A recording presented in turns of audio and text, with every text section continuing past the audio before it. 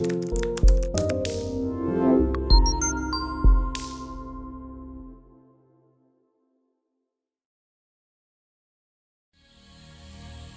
a fucking loser. You live in your mom's basement. You probably have a 2-inch cock. You sound like a white guy. Congratulations. For what?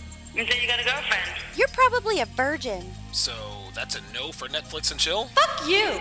So I'm curious. Tell me about your show. What do you talk about? I talk about how women ain't shit. Oh.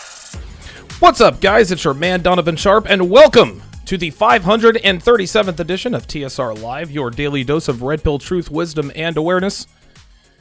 We are presented by Gorilla Mind Rush, the #1 non-habit forming supplement for energy, focus, and productivity without the crash. Go to donovansharpe.com/Gorilla Mind Rush to get your hands on a bottle and to support the show. It is Monday, December 23rd, 2019. We are 2 short days away from Christmas. Christmas is the day after tomorrow. It's hard to believe that it got here so quickly. As always, we are multi-streaming live to YouTube, Facebook, Twitter, Twitch, OK.ru, and VK. So however you're watching, wherever you're watching from, thank you for making the Sharpe Reality Live a part of your daily routine. Later on in the show, I'm going to tell you about what banana gobblers and fake MGTOWs have in common. I'm going to give you 4 things that banana gobblers and fake MGTOWs have in common, and I'll also be taking phone calls on that topic. I'm going to open up the phone lines a little bit later on. I will also be taking phone calls on my first topic, which is 8 signs she is damaged beyond repair.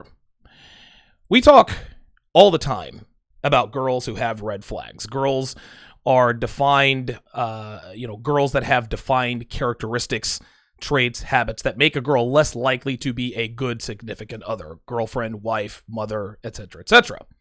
Now, to be clear, red flags don't necessarily disqualify a woman from your commitment. I actually talk about this at length in my free ebook, 16 ways to immediately disqualify her for a long-term relationship. Listen, guys, Devin's got a few red flags, but I've managed to mitigate those red flags for the time being. I am well aware of the fact that she could go feral at any time for any reason, and when and if that happens, I will bounce like a bad check. And we are both well aware of that. Also, keep in mind that not all red flags are created equal, but they are what they are. If a girl has a red flag, you need to be on the lookout and prepare accordingly.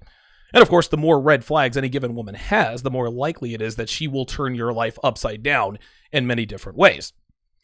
Also, let's just go ahead and be honest here. Red flags are synonymous with slut tells in a woman. Anytime a woman has a red flag, it always manifests itself through sex. And the reason for that is because women can only self-destruct through sex. Even if they have self-destructive habits, those self-destructive habits always lead to sex. She drinks a lot, means she fucks a lot. She cuts herself out of self-mutilation and self-hate, she's a slut. The list goes on and on. So red flags are a cause for concern. So make sure you proceed with extreme caution. But like I just said, if she has too many red flags, you got to hit the eject button.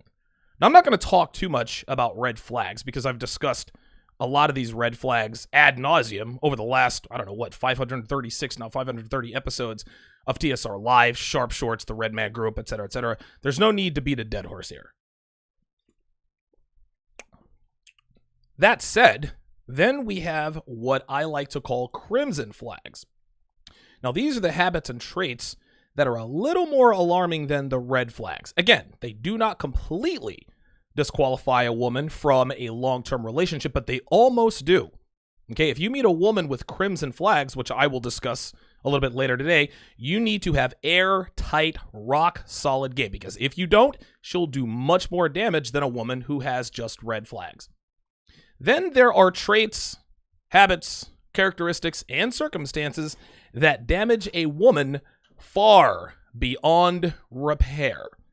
These are not red flags. These are not crimson flags. These are black flags. These are things that make women radioactive as far as long-term relationships are concerned.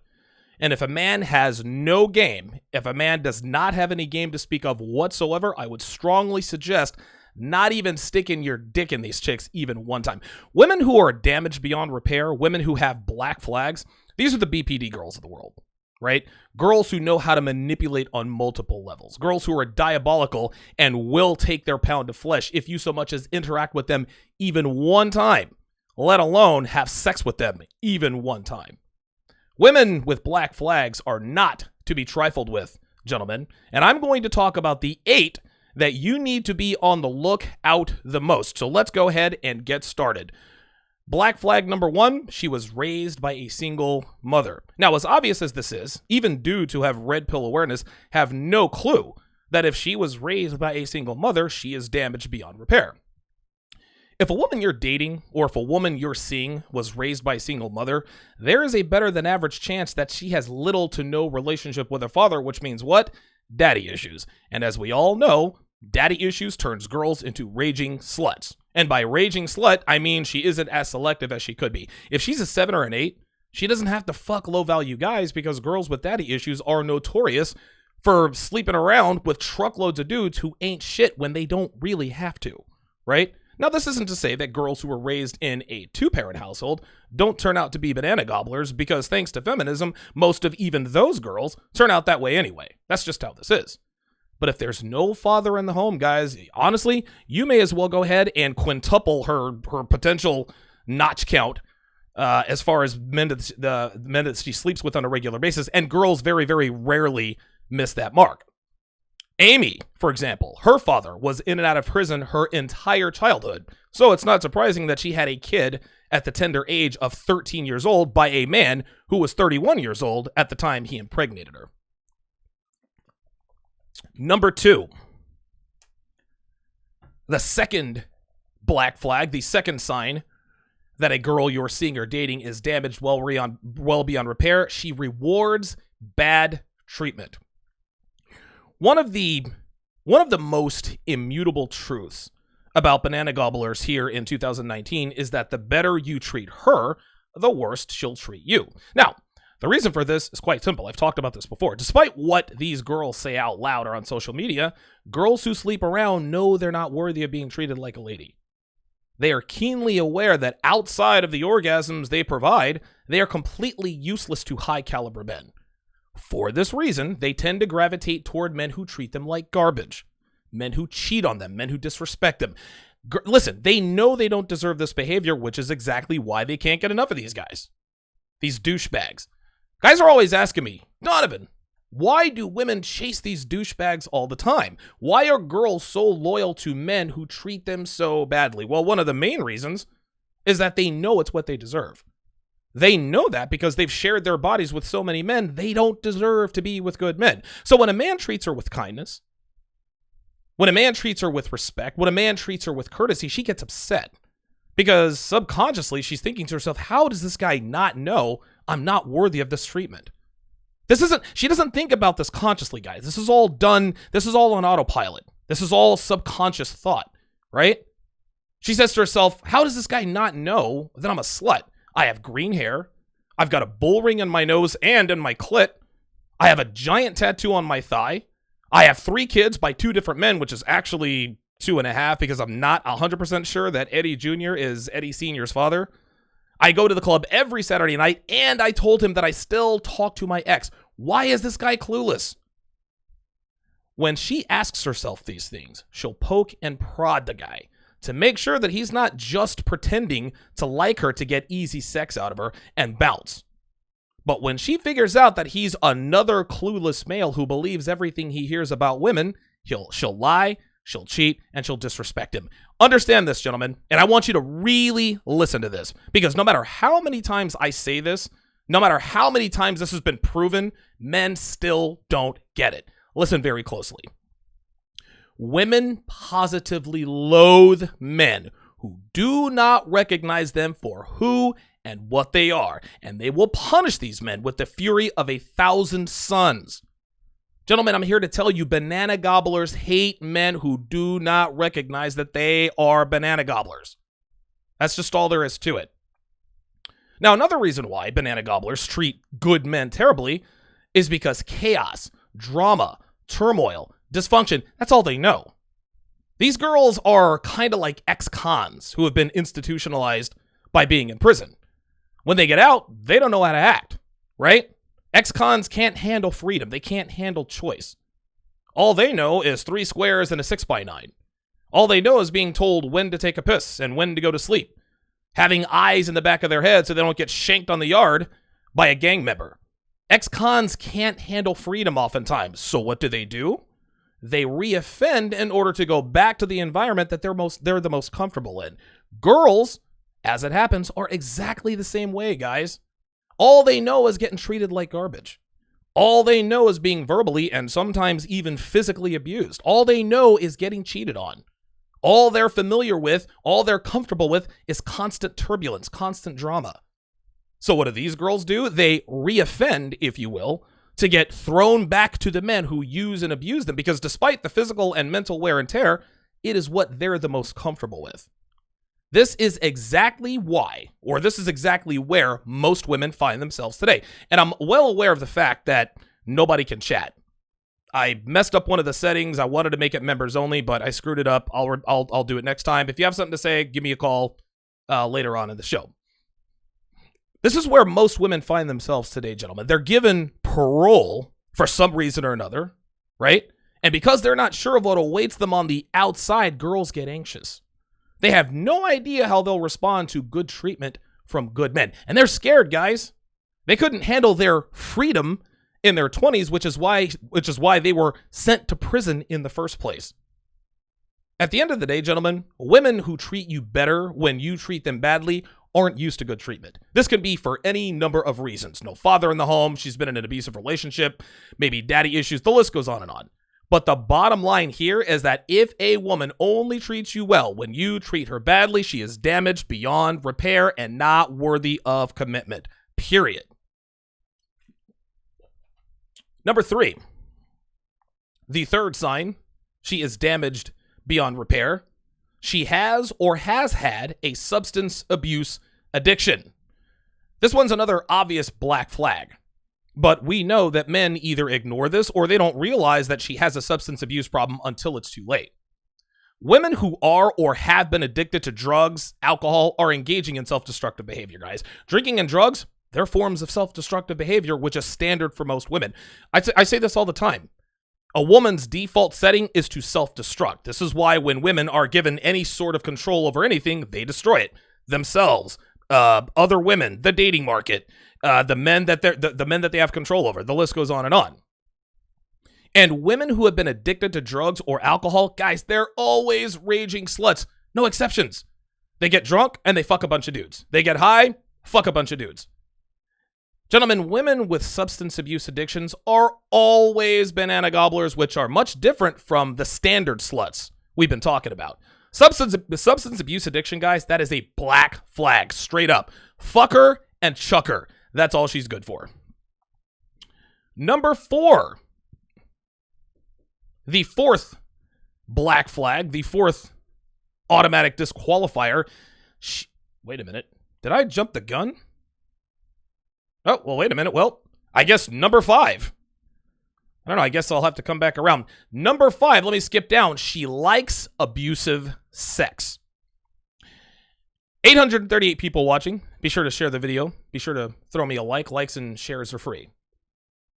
Number 5, she likes abusive sex. I remember this one girl I used to fuck when I was in Vegas. Her name was Julia. And for those of you who have followed me for a while, you guys have heard me talk about this broad before. Guys, Juliet lived for being absolutely abused during sex, guys. I used to slap her. I used to choke her. I used to spit in her face. I used to call her every vile name I could think of. When I'd pull out and give her a facial, I'd put my hand between the back of her head and the bed and get a handful of hair and then pull her hair as hard as I could. So hard that she was almost looking back at the wall behind her.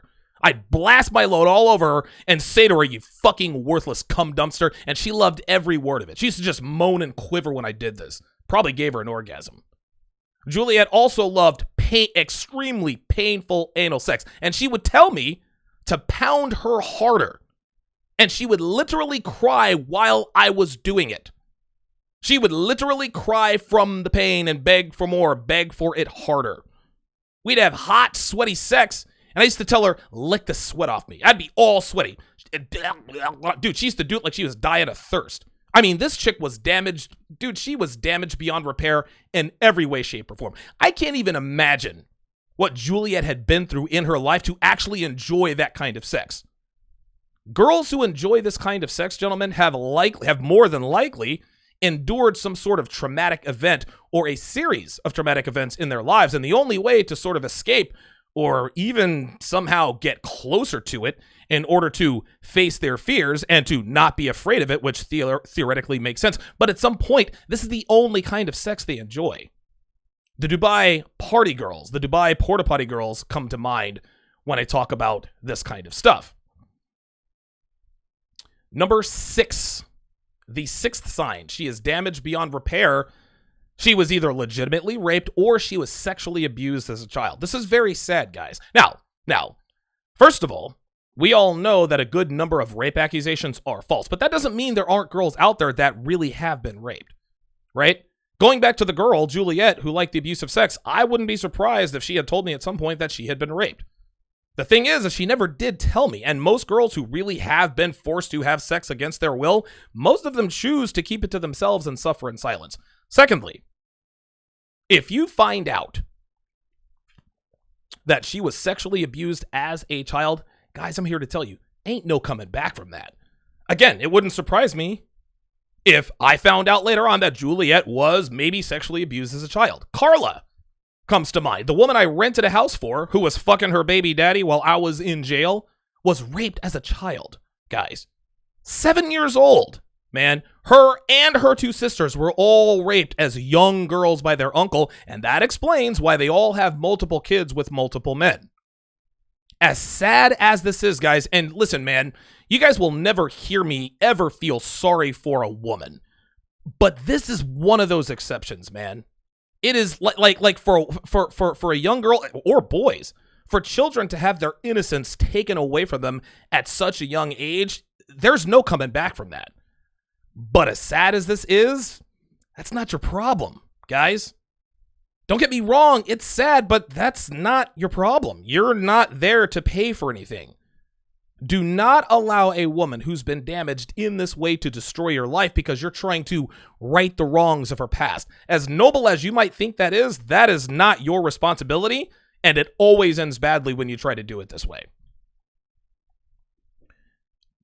Number 7. She has extreme piercings.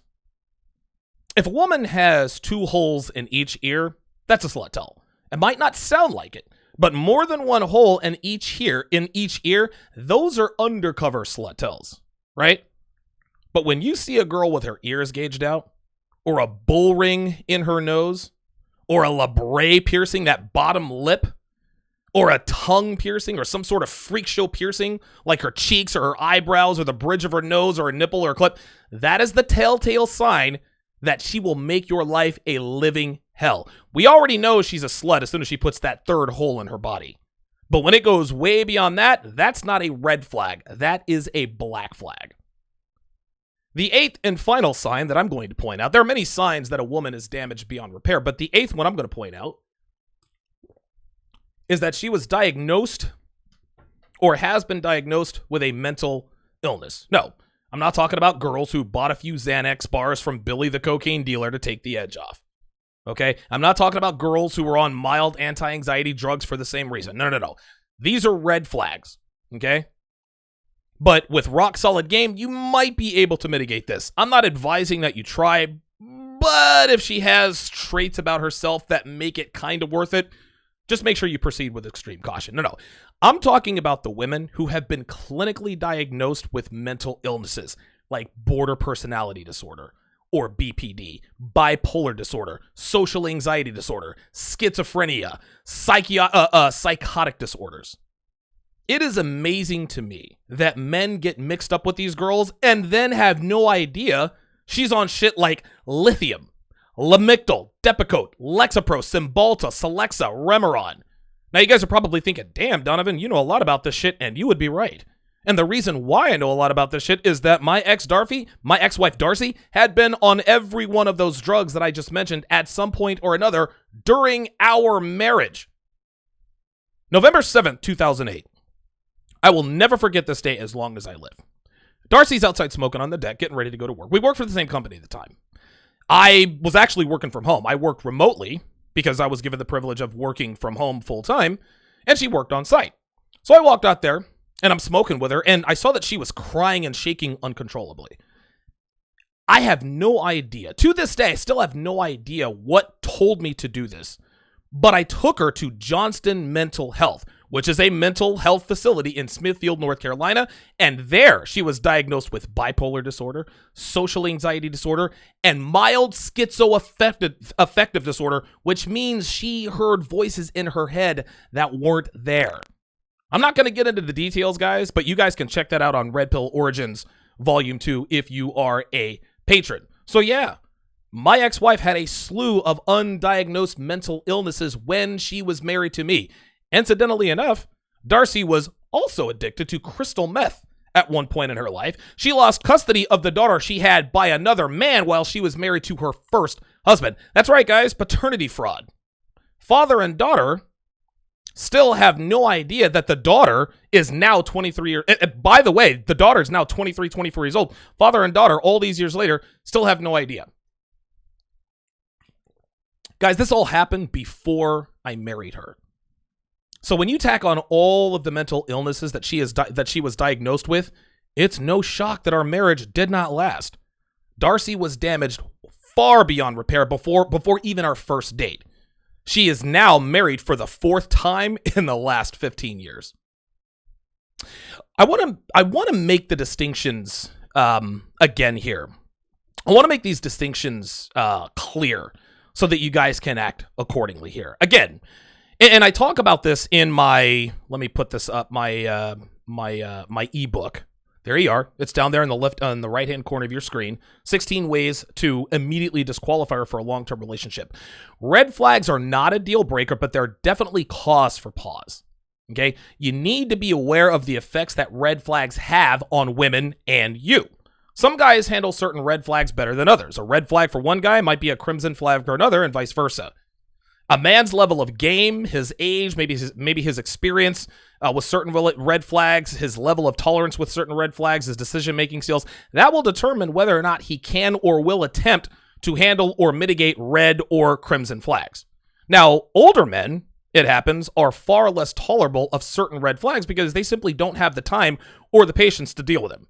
Younger guys may decide not to because of their lack of experience. Either way, guys, red flags are not to be taken lightly. If in doubt, walk away, guys. There are plenty of women out there. A general rule of thumb is that if a woman has more than, say, 3 or 4 red flags, get the hell out of there and find another girl. Crimson flags, much more serious. Again, not deal breakers, but you've got to have next level airtight game to handle crimson flags in a woman if you decide to in the first place. Younger men should never deal with women who have crimson flags. Younger and more inexperienced men. Dude, women with crimson flags will chew you up and spit you out if you don't have the game level. And then, of course, we know all about black flags. Do not, under any circumstances, mess with women who have black flags. If you have airtight, rock-solid game, the most I would advise you even mess with these broads is fuck them once and then get the hell out of there. That's all there is to it. That's all there is to it.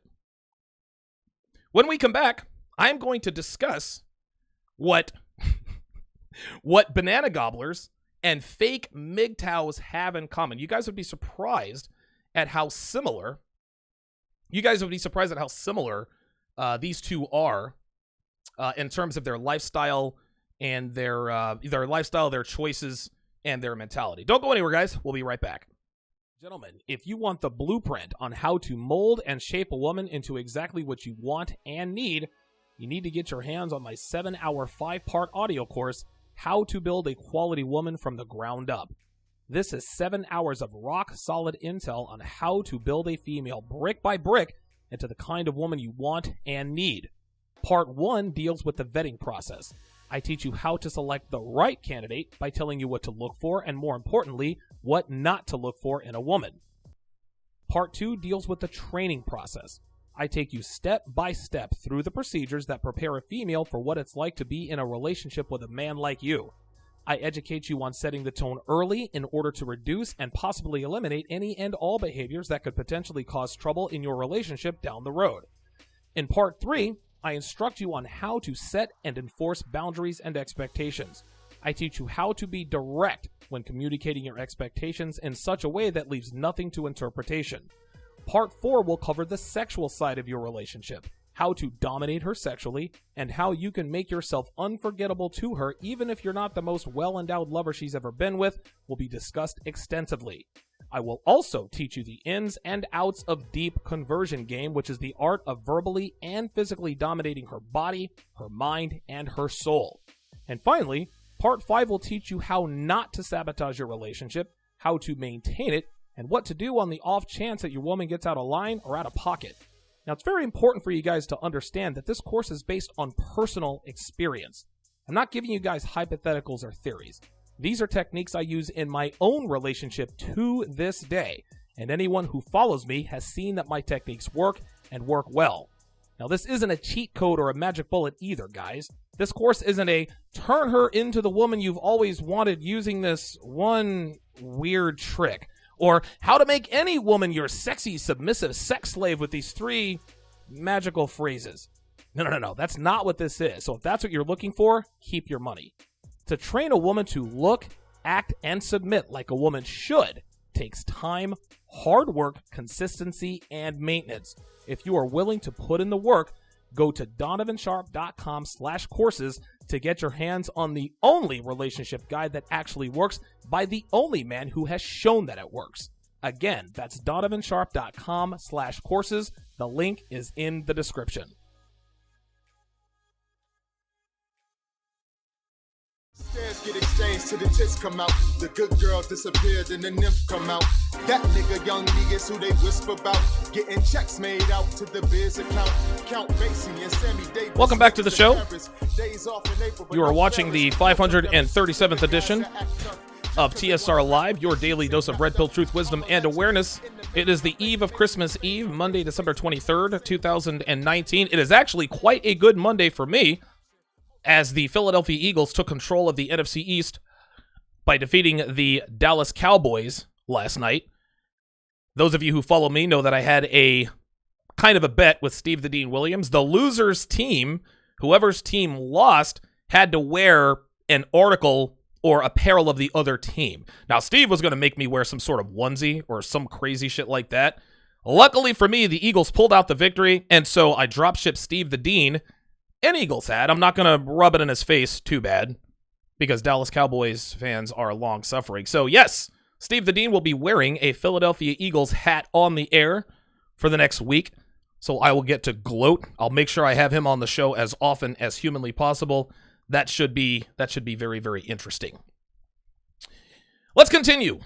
Let us continue with today's show topic, or with the second of today's show topics.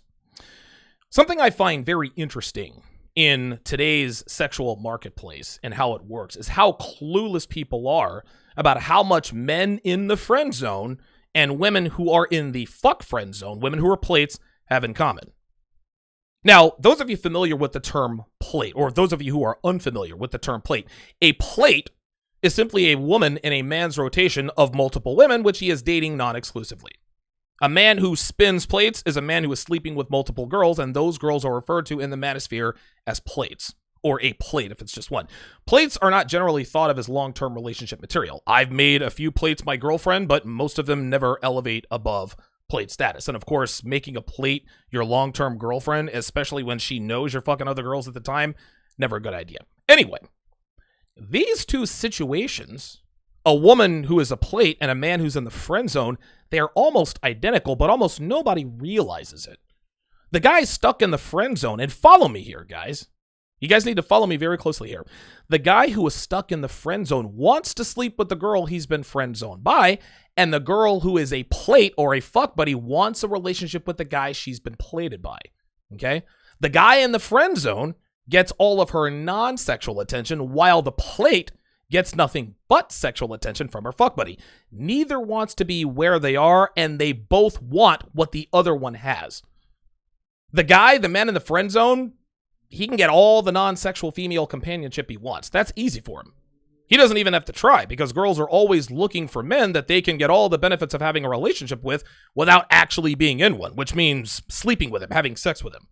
Any given guy can be up to his eyeballs in platonic friendships with females, and because of that, non-sexual female companionship that's not really worth much to the guy in the friend zone. It's the sex he wants from the girl, not the companionship which he already has in spades.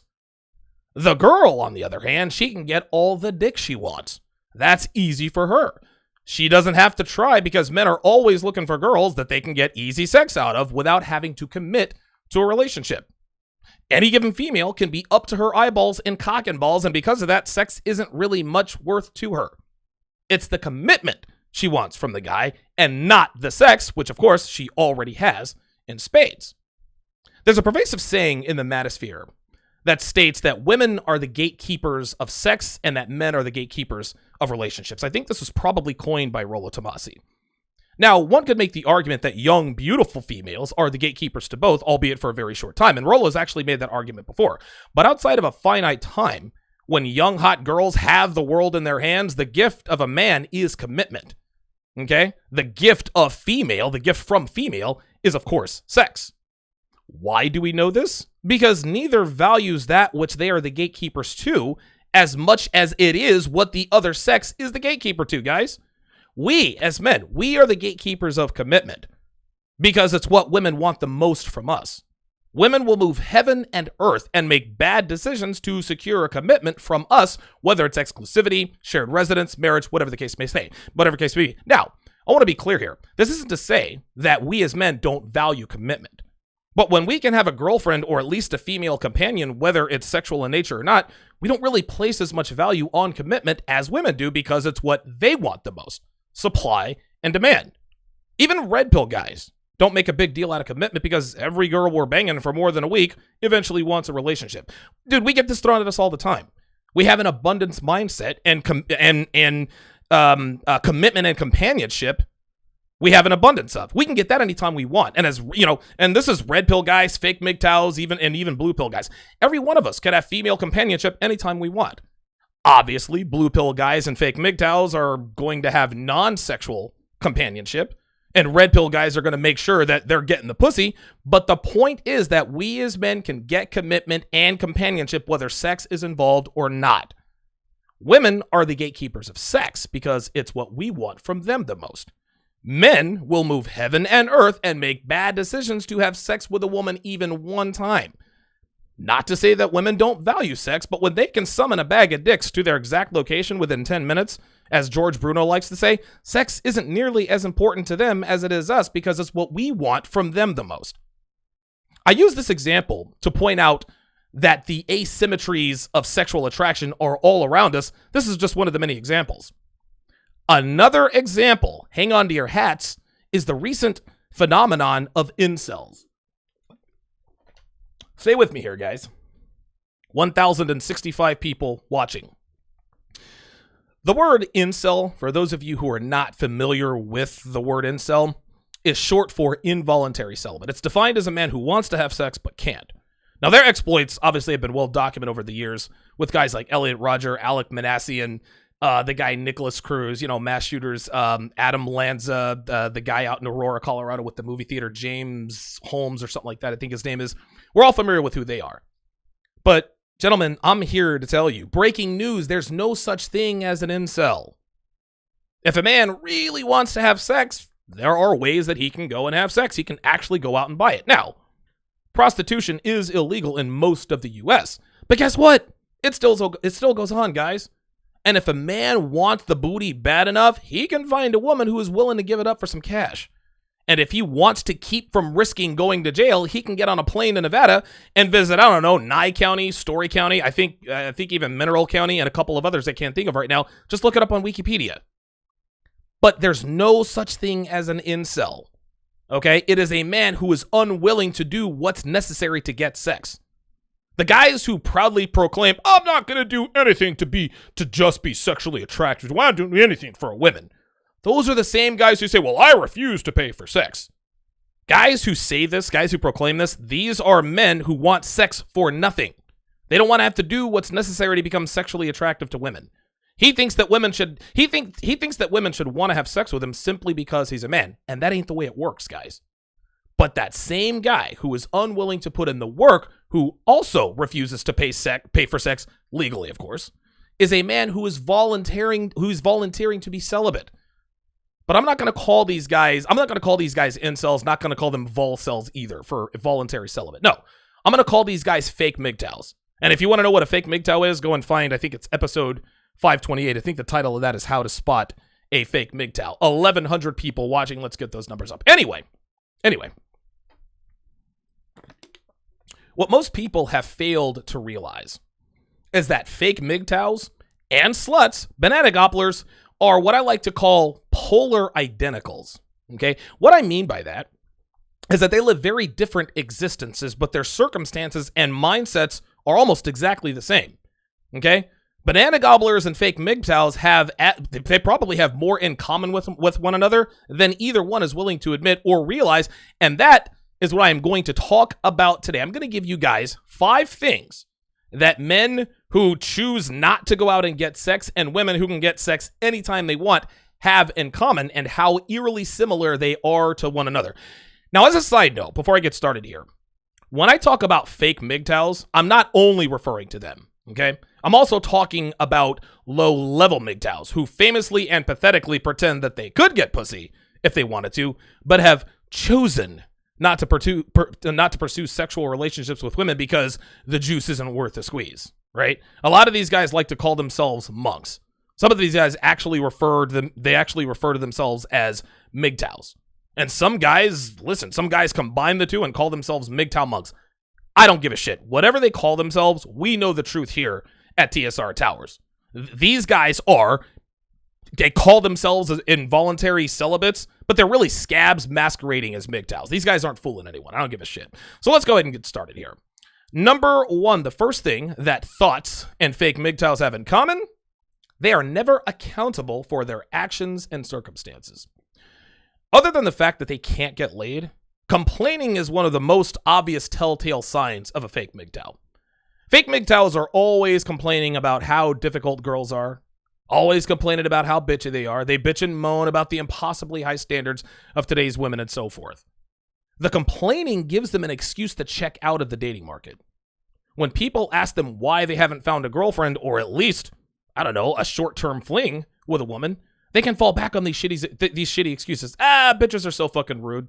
Bitches are difficult. They don't want anything. They don't want anything but hot rich guys. This is why I always push back on guys who say shit like, well, money and looks is all you need, because it's fucking lazy and a defeatist attitude. Yes, money and looks do help get you in the door, but it is game that keeps her around. It is game that keeps her interested. Guys, rich guys and hot guys get cheated on like everybody else, right? And fake MGTOWs use this as an excuse to play video games, jerk off to cartoon porn, and eat Cheetos all day rather than going out and kicking life's ass. Fake MGTOWs, gentlemen, blame everyone but themselves for what they are. Girls only want hot, rich guys. I wasn't born with great looks. I'm short. I don't have great looks. I've tried everything and nothing works, and so on and so forth. But what these guys are not telling you, or themselves, is that the reason they're not successful with women is because they're either unable or unwilling to do what's necessary to be attractive to women. They're not lifting weights. They're not eating clean. They're not saving money. They're not driven. They're not motivated. Now, a lot of these low-level MGTOWs would say, well, I don't do anything to impress women. And to that, I say, you're full of shit. You don't do anything to impress women now. But before, your life was all about women. And when they did not reciprocate your interest, you decided to base your current lifestyle around women. You didn't become a MGTOW or a MGTOW monk because you woke up one day and just decided you wanted to live a life completely devoid of female companionship. Oh, no. You did it because women don't want you. You call men like us pussy beggars, vagina worshippers, but you're the one who makes daily decisions based solely on what women are or aren't doing. Or aren't doing. Let's take a look at the banana gobbler side. in terms of accountability. It is well documented that sluts never take responsibility for their actions or circumstances. I'm a single mom because my baby daddies ain't shit. No, you're a single mother because you have unprotected sex with random men. I cheated on my boyfriend because he wasn't attentive to my needs. No, you cheated because Kevin in sales told you that you were soulmates and your dumbass believed him. Guys don't want to be with me because I'm just too strong for them. No. Guys don't want to be with you because you have a tramp stamp, a lip ring, and he found out you're still on Tinder where he met you. My man doesn't trust me because he's insecure. No, your man doesn't trust you because you still text your ex, you're at the club every Saturday night, and half the time he calls you, it goes straight to voicemail. All women are blame shifters, guys, but sluts are experts at it. Okay, other than bad mom, the worst thing you can call a woman is a slut.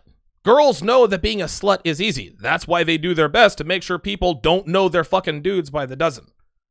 Sluts in their 30s and 40s blame anything and everything for the reason they're still single. Men ain't shit. Men are intimidated by my intelligence. Men are insecure. Men can't handle a strong woman. Men need to man up and date single moms. The list goes on and on. We've heard it all before. Any woman, any female over the age of 25 who isn't married has only herself to blame. You fuck enough dudes, and at some point, you're not going to be good for anything but fucking. And that's all there is to it. They can blame whoever or whatever they want, but they know the score. Sluts and fake MGTOWs are where they are because of their decisions. Okay? But they're both hell-bent on trying to convince everyone around that it's not their fault they get no pussy or way too much dick. Go figure. The second thing that sluts, thots, banana gobblers, and fake MGTOWs, wannabe incels have in common, they both believe that they deserve what they are not willing to work for. A huge problem that I have with low-level MGTOWs and fake MGTOWs who bitch and moan about what's fair and what's not is the fact that they think they deserve female companionship, sexual female companionship, simply because they were born with a cock and balls. I am a man, therefore I am entitled to sexual favor with females. They believe that it shouldn't matter that they're unmotivated. They believe that it shouldn't matter that they lack the discipline to get into and stay into shape or exercise financial prudence. Okay? They believe it shouldn't matter that they're not steadfast or have any sort of belief system. They clearly understand by now that it doesn't work this way, but that doesn't stop them from believing that they still deserve a woman by virtue of being born with a Y chromosome. Gentlemen, I'm here to tell you, sluts have that exact same mindset. They believe that because they are women, that they deserve the best men out there. They believe they deserve a guy with underwear model looks, who's 6'3", 235 pounds, he's ripped, he's got a square jaw, 5 o'clock shadow, makes six figures, has a six-pack abs, a 6-foot dick. Even if she's 5'3", 195 pounds, and a notch count of 195 dicks, give or take, more than likely give, right? And sluts are even more delusional, guys, because the world reinforces this flawed thinking.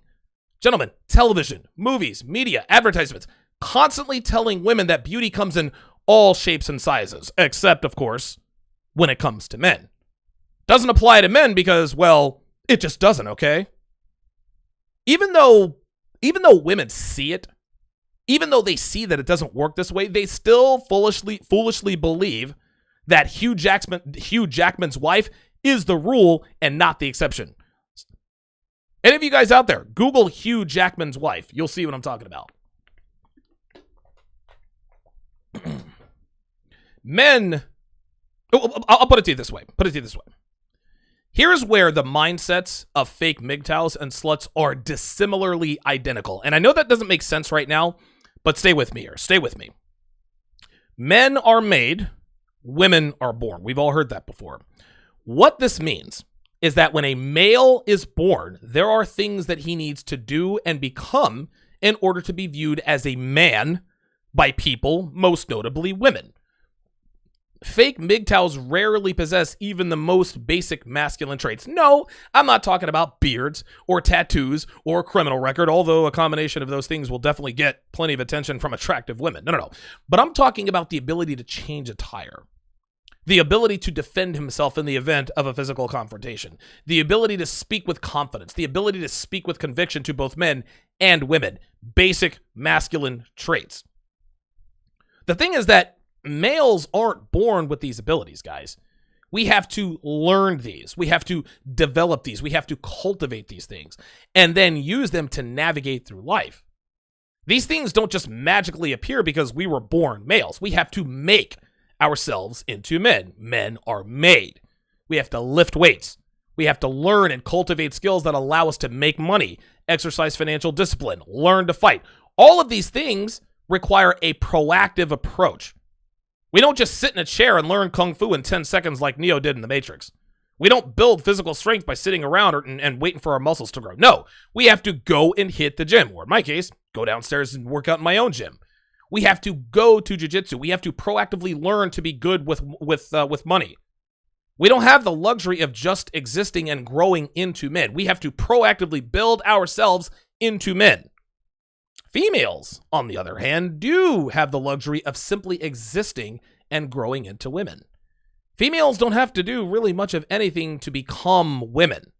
They don't really have to go to the gym to be sexually attractive because all they have to do is not eat junk every day and their bodies will be better than more than 2/3 of women out there.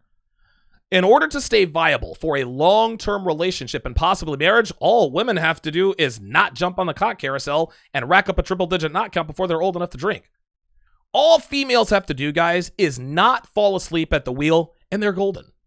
By simply refraining from junk food and sex, females simply grow into the kind of woman who can have just about any man she wants, which brings us back to the comparison between fake MGTOWs and sluts.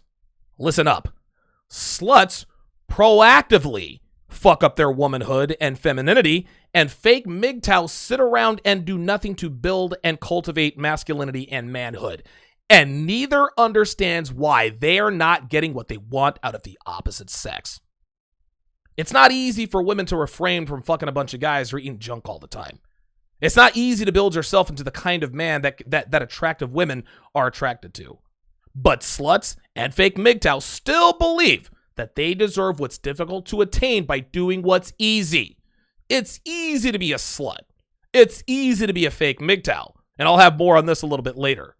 But for reasons known only to them, they bitch and they moan about not having what is difficult to get and then maintaining it, which is commitment from men of value and regular exclusive sex from attractive women. Fake MGTOWs and sluts both believe that they are entitled to the best of what the opposite sex has to offer by virtue of being born a man or a woman, and this is not how it works.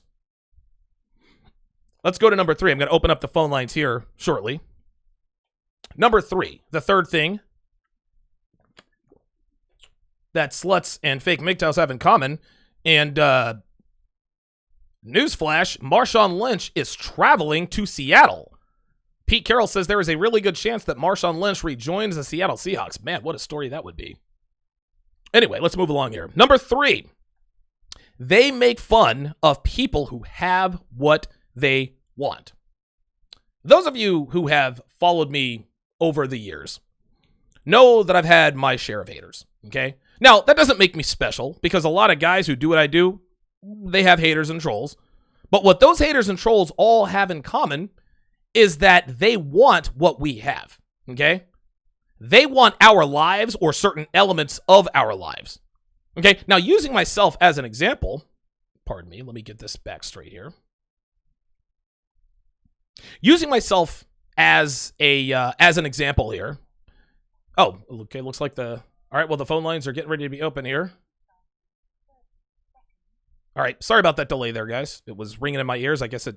All right, the phone lines are open now. If you jump in now, you guys are going to get first priority. I'm going to riff on a couple more things. I'm going to go to commercial break, and then I'll come back and we'll take phone calls for the rest of the show. But again, using myself as an example, I have had great success with women. I've had unbelievable success with women. Okay, I got to live the fast, crazy, hangover Vegas lifestyle without any of the serious consequences like STDs or children that I know of, and I managed to seamlessly transition to the next stage of my life by making a great living doing what I'm good at and what I love to do, okay? I work for myself, guys, which means no clock, no time clock, no boss, or any of the other bullshit that comes with a 9 to 5, okay? Right? I've never been more attractive. Now, obviously, the holidays I put on a few pounds, right? I don't look like the before picture right now, but I certainly don't look like the after picture either. I got some work to do. That's why I built the gym in my garage. That being said, I've never been more attractive now at 42 than I'm more now attractive now at 42 than I've ever been in my life. And I'm currently in what appears to be a solid relationship with an attractive woman who loves and respects me. Okay? A lot of guys want what I have. And the ones who want it the most but are the least willing to work for it are always the loudest trolls, guys. Guys like Ralph Hayes and Soup Bone talk all this shit about me because they want to be me, but they either can't or won't do what needs to be done to be who I am and do what I do. Guys like that dumbass nigga Real Brother Radio calling into my show and talking shit about Devin's body, makes him want to throw up. Oh, her body makes me want to throw up. When in actuality, they're going to my social media feeds and saving all the pictures that I have of Devin and spanking off to her. The females who troll me are so transparent, it is comically tragic. They tell me I'm ugly. They say Devin's got a flat ass. They say Devin's trashy. They say shit like, black women dodged a bullet with this one. Bitches like Jackie in Louisiana call me on the brother pill and tell me I'm not shit. 3 episodes in a row, she gave me a call. But these women troll me because they want me. Their uteruses are aching for my semen so badly, it's coming out of their pores. And that desire manifests itself in the form of trolling me when all they really want is my attention. And I can't say I blame them if I'm keeping it 100. Right? Okay, Donovan. We get it. Male haters want to be you and female haters want to fuck you, but what's that got to do with fake MGTOWs and sluts? Well, I'm glad you asked. Fake MGTOWs like to call men like myself pussy beggars and vagina worshippers, right? Turd flinging monkey calls us cucks, right? They want us to believe that they don't want sex from women. They want us to believe that they don't want sexual relationships with women. They want us to believe that pursuing women is something they don't want. They actually think that because they shame us, that we believe that they must not want women.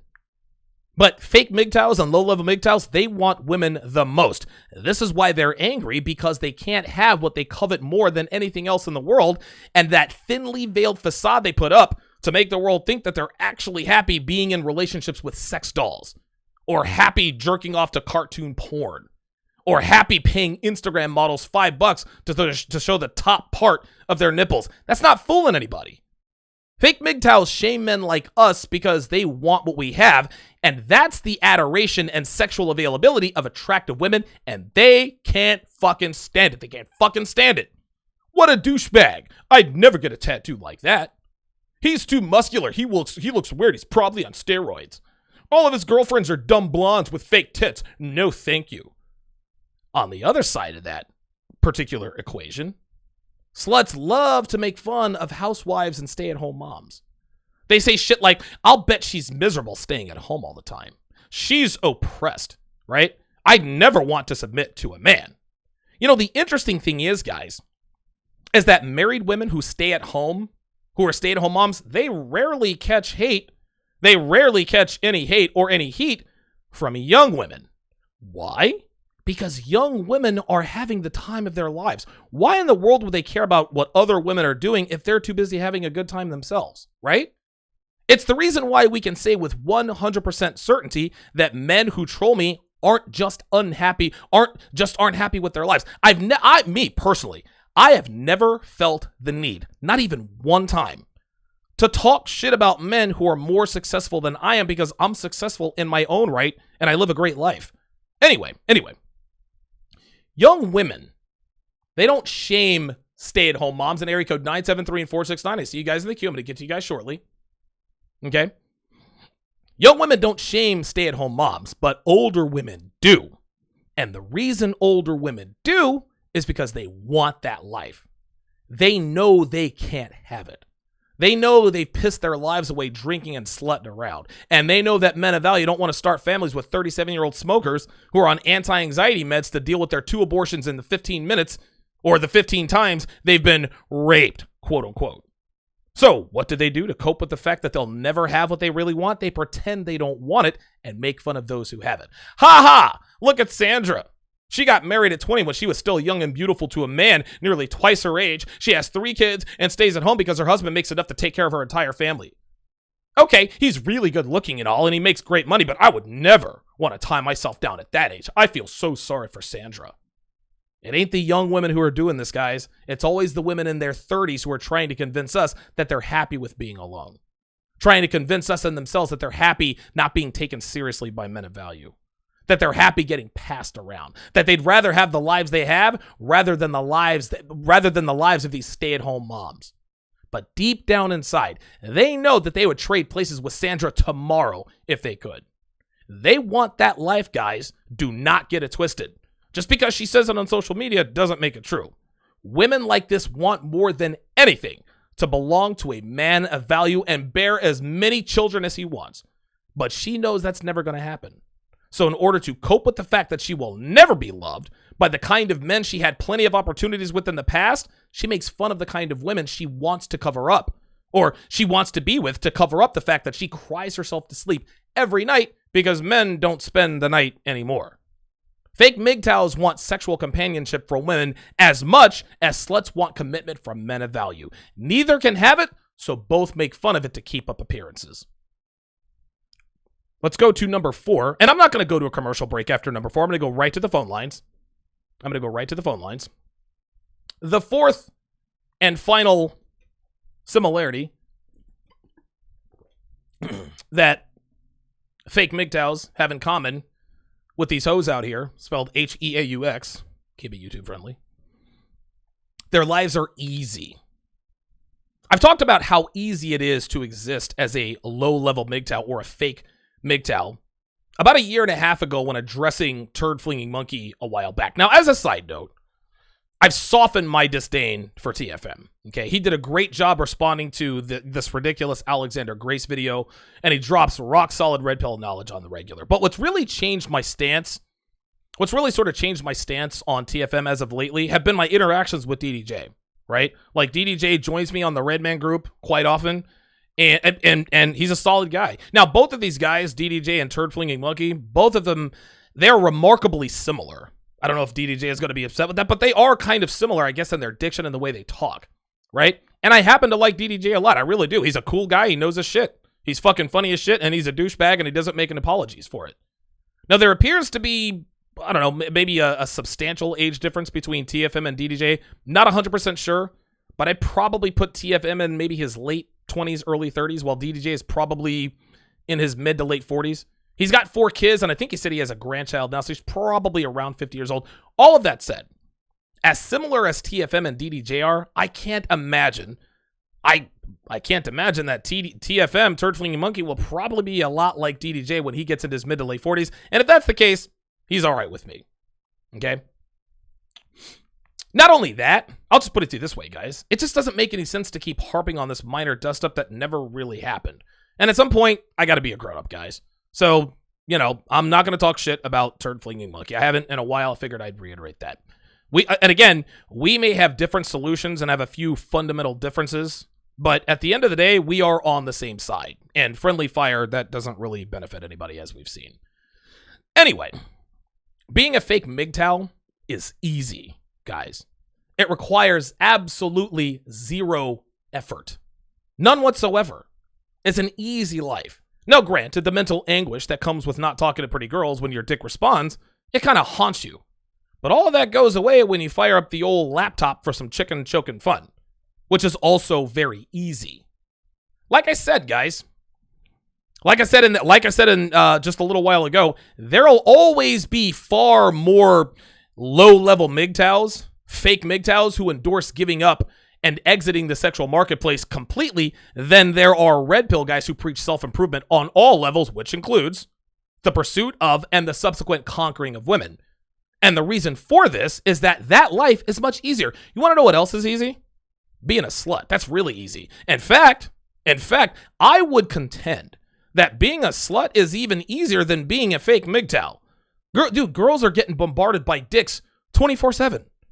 When a girl walks out the door, she's getting hit in the face with dicks all over the place. On her way to work, dudes are throwing dick at her. On the way home, more dick.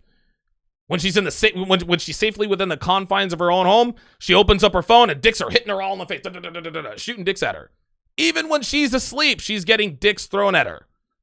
If being a fake MGTOW is easy, then being a slut is effortless. Sluts these days, guys, they can easily rack up double digits in a calendar week. And dude, they could probably sandbag the last couple days, man. It takes zero effort to be a slut. Just be female and willing. That's it. You don't even have to be feminine. You don't even have to be a woman, right? You don't have to be kind. You don't even have to dress like a female or a woman.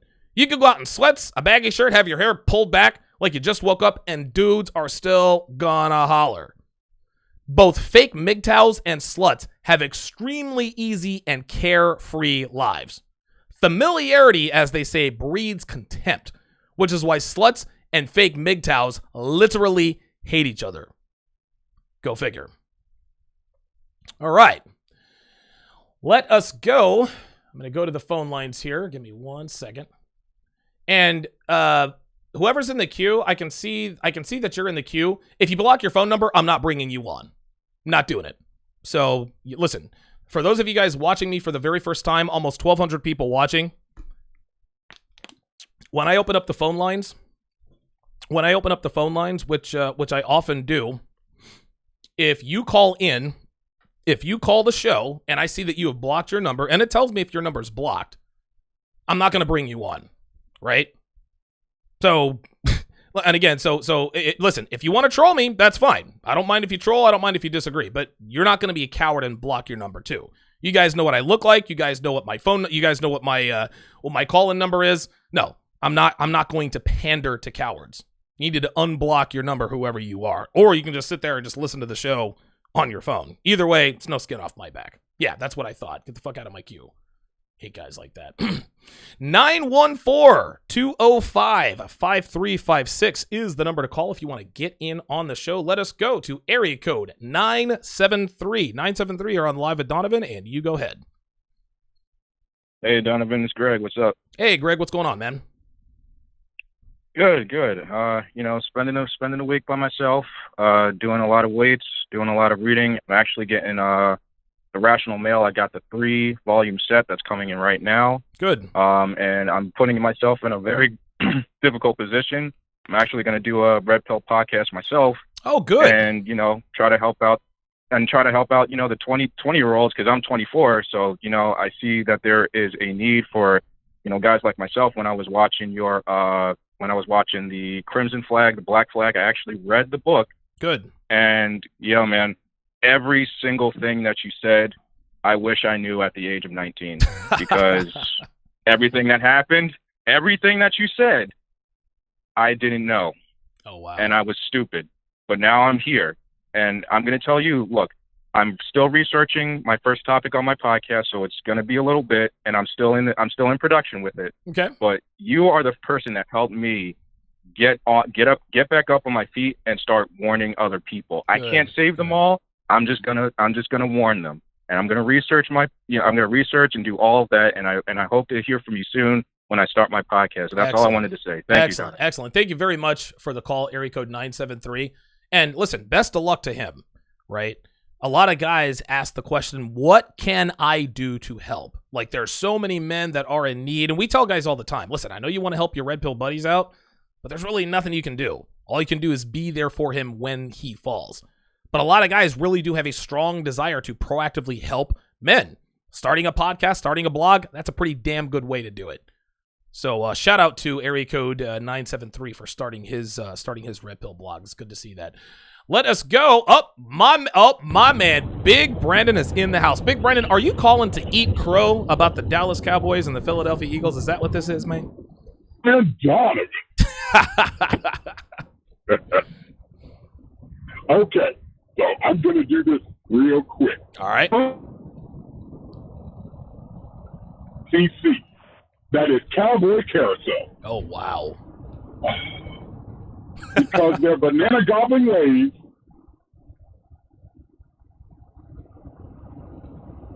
to fulfill all my needs. I can't. Okay, I'm not able to hear. I'm not able to hear Big Brandon. I'm gonna wait. It sounds like he's driving. So Brandon, I'm gonna put you on hold. I'm gonna wait till you're in a better area because you're cutting out. You're cutting in and out there. If you want to hang up and call back, that's fine. But I gotta put you on hold because I want to hear what you're saying here. Let's go to area code 802. Area code 802. You're on live with Donovan, and you go ahead. Hey Donovan, what's up, man? Hey, what's going on, brother? How you doing, man? I'm doing good, man. Well, before I start to say anything about this subject that you are taking, I want to say thanks to you, man. After 7 months, I've been following you, dude. I have no credit. I pay all my credit cards, so I have no credit. Good. So I hit the gym now. I even got 6-pack, which is crazy. I think that was impossible before. So thanks to you about this, man. So I'm going to tell you something, you know what I mean, that I was watching a documentary made by Russia Today, man, in Switzerland. They make the documentary in a city in Zurich.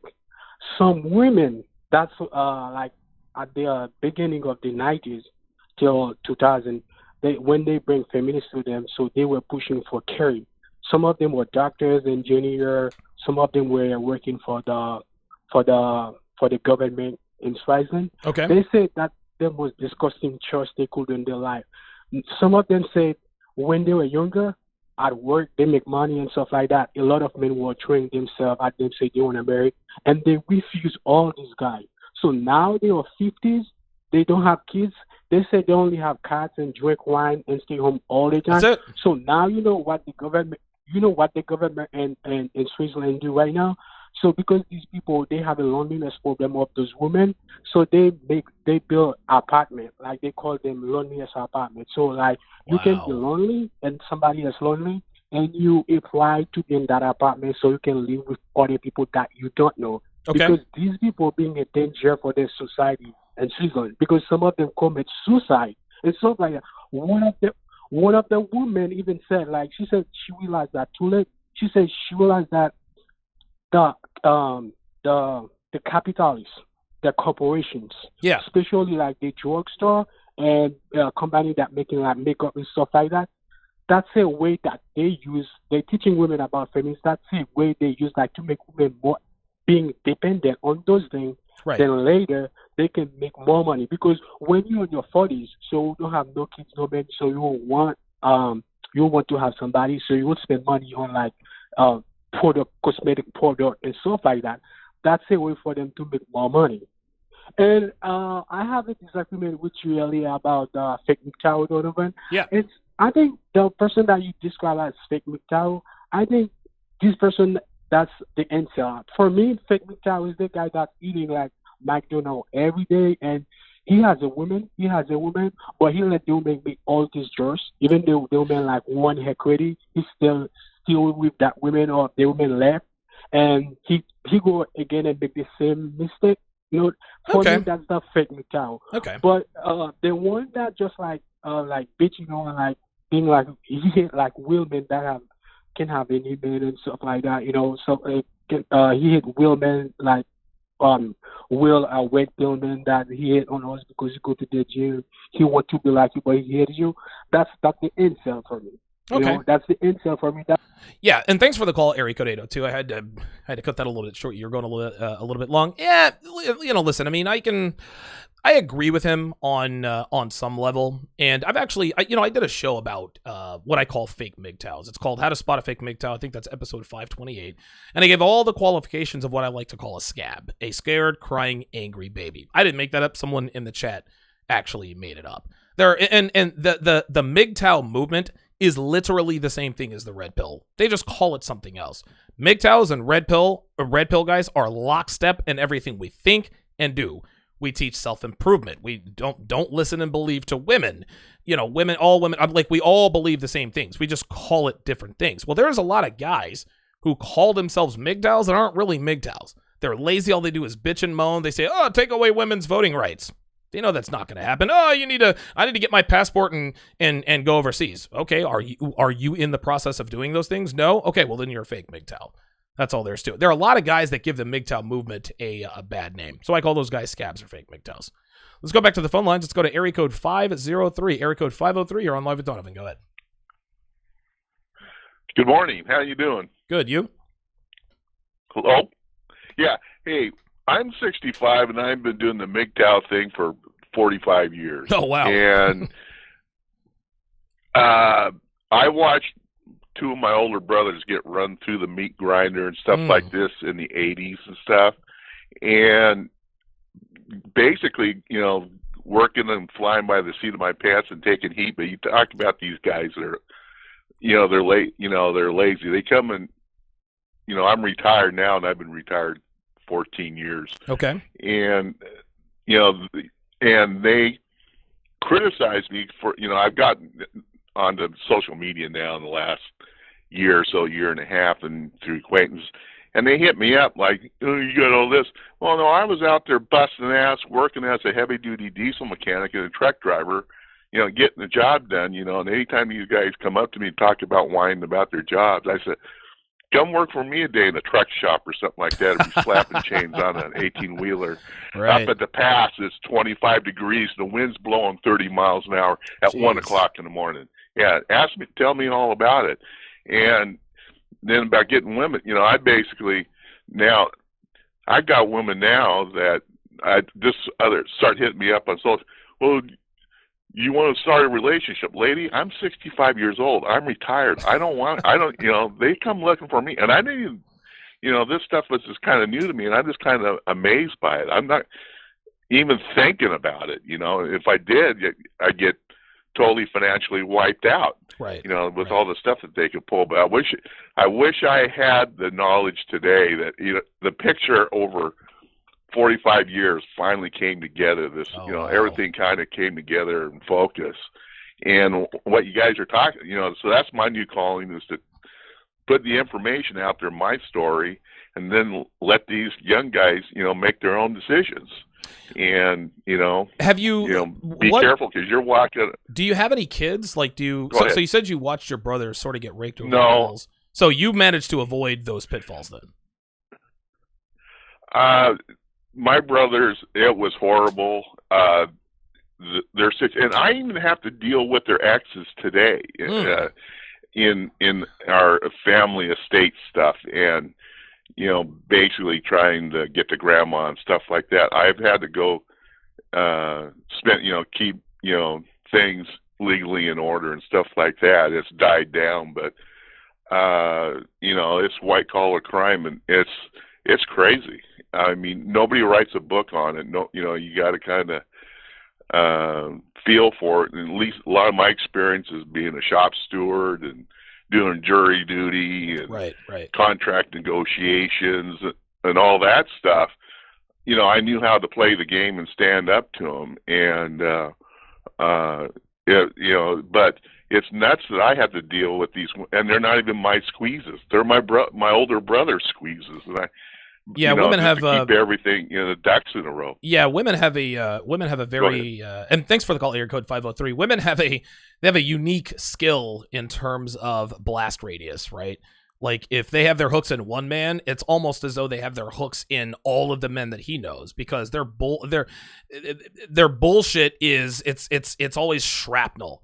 Like, if one of your homeboys is in a bad relationship with a terrible woman, somehow that affects your life. This is why I tell guys all the time, dude, you need to eliminate all blue pill men from your life, because if they end up fucking around and get with the wrong women, not only does she have the potential to make your life a living hell, his life a living hell, she'll make your life a living hell, and his friends and his friends' friends.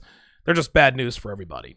Bad news for everybody. All right, we got Big Brandon back on the line here. Let's see if Big Brandon, do you still, okay, yeah, you sound a lot better, man. So go ahead and finish your thought, man.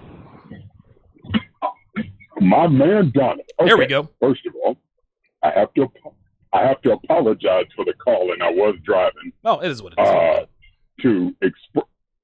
To expressly say what I was saying, I am tired of the Cowboys' banana gobbling ways. I am now looking for a beta team to fulfill all my NFL needs. So that's good. With that being said, I was listening to what you were saying, and it's great content as always. But with the young lady you said back in Vegas that you practice passionate, aggressive sex with, It made me think either I dated her after you or I dated one of her best friends because I was doing the same thing. Bruh. Hey, these bitches roll in packs, and I'm telling you, this girl Juliet, oh my god, like, dude, and I'm gonna tell you what, man, girls that let you do those kinds of things to them, they are highly, highly addictive. Now, thankfully for me, I never even thought about committing to her long term. I was like, dude, the kind of shit that this chick lets me do to her, there ain't no way I'm letting this girl, like, into my life. I think I've probably fucked her about 5 or 6 months, but other than that, that was all there was to it. And then I'm going to give a cautionary tale to the young listeners in the manosphere. Do not, I don't care if it's one time, I don't care if it's a thought. If she's got a massive substance addiction, i.e. an alcoholic or a cokehead, that's it. Don't do it. That's it. She might trap you, and you might pump her once and be hooked on it for 90 days. Real talk, just man. Don't. Real talk. Because it happened to me, and I was with a girl for a year and a half. And she had a substance abuse issue? A year and a half. It cost me a job. She faked like I was beating her. Oh, Jesus right? Christ. I come into work, and there's cops there. They suspend me from the job, and I'm sitting there like, what? So just as a cautionary tale, my brothers, don't do it. That's pretty much it. Oh, I also hear you speak about Brazilian Jiu-Jitsu. Yeah. I don't know if you did it or not, and if you do it, I'm proud. I'm keep doing it because I enjoy doing Jiu-Jitsu myself. My son does it. Gentlemen in the manosphere, get your ish together, get healthy, get your finances in order, listen to the man, do what you got to do, period, point blank. And as TSR, head of security, I'm going to sign out with, for my man, Fly, Eagles, Fly. Damn right. Thanks for the call, Brandon. Yeah, dude. I've dealt with many women who have substance abuse issues, man. And it's never a good time, man. You might think, and by the way, the chat is now, you guys can now chat. I've managed to go in and, open up the chat. That's very interesting. I had no idea that I could do that. So yeah, if you want to chat, you can now actually do that. I'm not sure. I tried to put it on members only mode. And I kind of screwed that up. And that means that nobody can chat. But yeah, Big Brandon calling in with that cautionary tale. Yeah, listen, have fun with a girl who has a drinking problem, has a substance abuse problem. Maybe she's addicted to pills. Never, ever, ever commit to that girl. Let's go back to the phone lines just to give you guys sort of a quick order here. I've got area code 904, you're up next. Then 412. Then we've got a caller from overseas, then area code 817. Then 404, then 240, 703, 323, 508, 614, 843, 407, 828, and 802. You guys are up next in the queue. Let us start off with area code 904. 904, you are back. You are on live with Donovan. Go ahead. What up, Donovan? It's Solomon from Jacksonville, Florida, man. I just wanted to say thank you for what you do. And it's just amazing I was in the shower listening, the video automatically came on, and I was like, oh, Lord, he's talking about these fake MGTOW things again. And then, basically, though, I know that, I've heard your prior video, so I thought it was a replay of a prior video. Right. But I have to say that really the more I think about it, there's definitely a lot of fake MGTOWs out there, especially if they're not willing to do the work and they're just hating women. You know what I mean? Yeah, and the thing is did you ever get a chance to see the video or the episode that I did with Coach Greg Adams a couple months back? Well, yeah, and that's what I was going to say is I'm 100%, on the defensive coordinator side and not the offensive coordinator side. But at the same time, I'm in a long-term relationship that, every day is, every day is basically, I don't know if I'm going to make it to the next day, but I definitely consider myself a MGTOW. But at the same time, I'm more focused on self-improvement. And since I found this philosophy, that's definitely what I could say that I've definitely self-improved. So I'm just thankful for all of the, logical discussion and all the philosophy. And I'm always trying to, spread it to the next man. So thank you, man, for what you do. All right. I appreciate that, man. Thank you for the call. I forgot what his first name was, but he's in Jacksonville. Solomon in Jacksonville. I appreciate that. Solomon in Jacksonville. I just got a text from the godfather of the manosphere, Rollo Tomasi. He's going to call into the show here shortly. Let's go to area code 412. Area code 412, you are on live with Donovan, and you go ahead. Brother Donovan, this is Franklin up here in Pittsburgh. I always call you. Hey, what's going on, man? How you doing, man? Out there in Allegheny. Yes, sir. And yes, I always get cut off. I don't know why Blog Talk be hanging up on me like that. Dude, it's Blog Talk is temperamental, man. I don't know why it does what it does. Yeah, I'm just calling to cooperate with the men, man. And thank you, for just opening these guys' eyes. But I just want to let these men know that, man, these chicks are terrorists. The DM, listen, shout out to Tommy Sotomayor for putting a spotlight on hardcore. But I just wanted to corroborate, with CJ and y'all be saying, man, these chicks are terrorists up here. It happened to me. Men, if you think it can't happen to you, it will. You'll get took to the bank. She ran off with my child, put the warrant out, child support, messed up my credit, license suspended, crashed my cars up, called the police on me. Listen, there ain't a woman in my family who's really worth even, even sitting down having a conversation with. I got two sisters. They're both terrorists. Divorce raped them.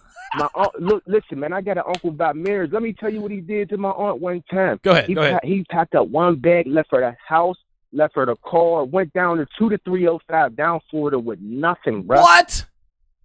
And left her with 3 children. Oh my God. Yeah. That's how worse it is up here, man. I'm telling you, I'm like, the American brides they're done. So for all you young guys listening, these dudes are not exaggerating. They're not lying. They're not playing. Take full advantage of this knowledge. Don't have no children. Definitely don't get married. You the man, dude. My man calling out there from Allegheny County, out there in Pittsburgh, PA. All right, let's go back to the phone lines. I believe I have Rollo Tomasi, the godfather of the manosphere, on the line. Rollo, how's it going, dude? Good. Can you hear me okay? I'm driving right now. Nope, I can hear you just fine, man. Okay, excellent. Hey, I just wanted to chime in here real quick because you were like, I guess the title of the show is you're looking at like consistencies, I guess, between like thoughts and incels right now. Right. And you're talking about damaged women. And this is actually an essay that I wrote, but I just have been kind of reconsidering this because I watched the Miss America pageant and I watched the Miss Universe pageant in just the last couple of weeks here. And if you guys know anything about my personal life, my daughter is actually a pageant girl. She's a pageant winner, actually. So we watch these things, and I kind of pick them apart from a red pill perspective. And one of the things that I see happening right now, first of all, these contests are not even really beauty pageants anymore. They're just pretty much like who can be the best spokesperson for the feminine imperative. Right. But what I noticed is that the more damaged the woman is, the more likely she's going to get the crown.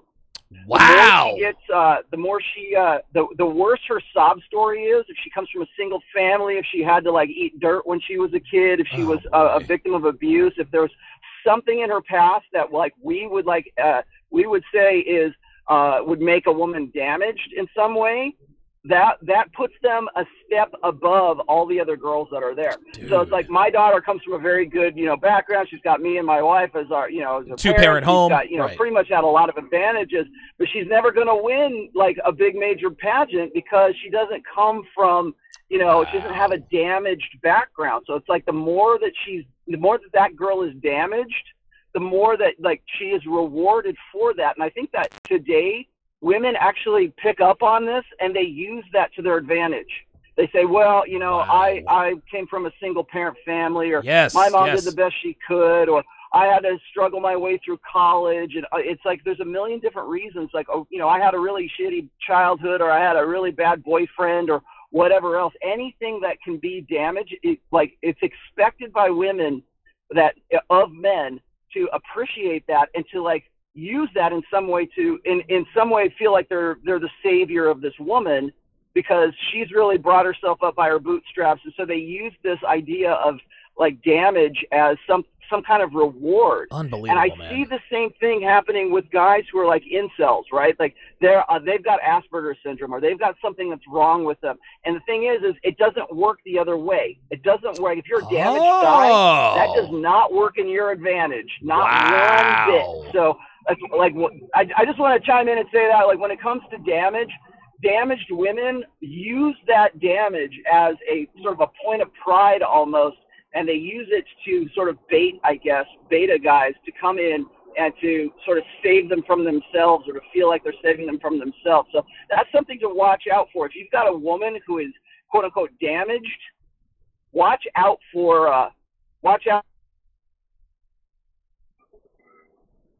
Rollo, you there? Oh, all right. We just lost Rollo.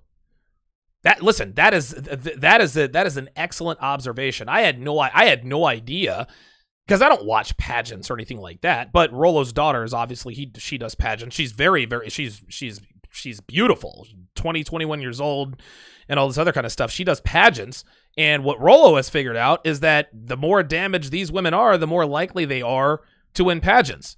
This is the reason why women always play the victim card, because playing the victim card is profitable these days, right? Like, women who play the victim card are now rewarded for being victims, which is why they embrace victimhood on the regular. So my thanks to Rollo Tomasi for calling in and giving us his quick thoughts. Let's go back to the phone lines. And by the way, shout out to Jay Mance with the $2 super chat. I appreciate that. Dooley Godot is in the house, one of the TSR Towers members. Sharpe Assist is also in the house. Caller, your phone number ends in 867. You're on live with Donovan, and you go ahead. What's up, Donovan? This is Ray from Germany. Hey, Ray, how you doing, man?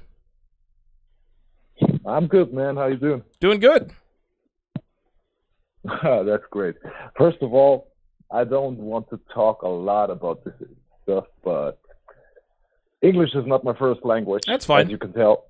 Take your time. It's no problem. This is the first live stream I'm calling in, and I just want to say one thing. Fake MGTOWs are definitely incels.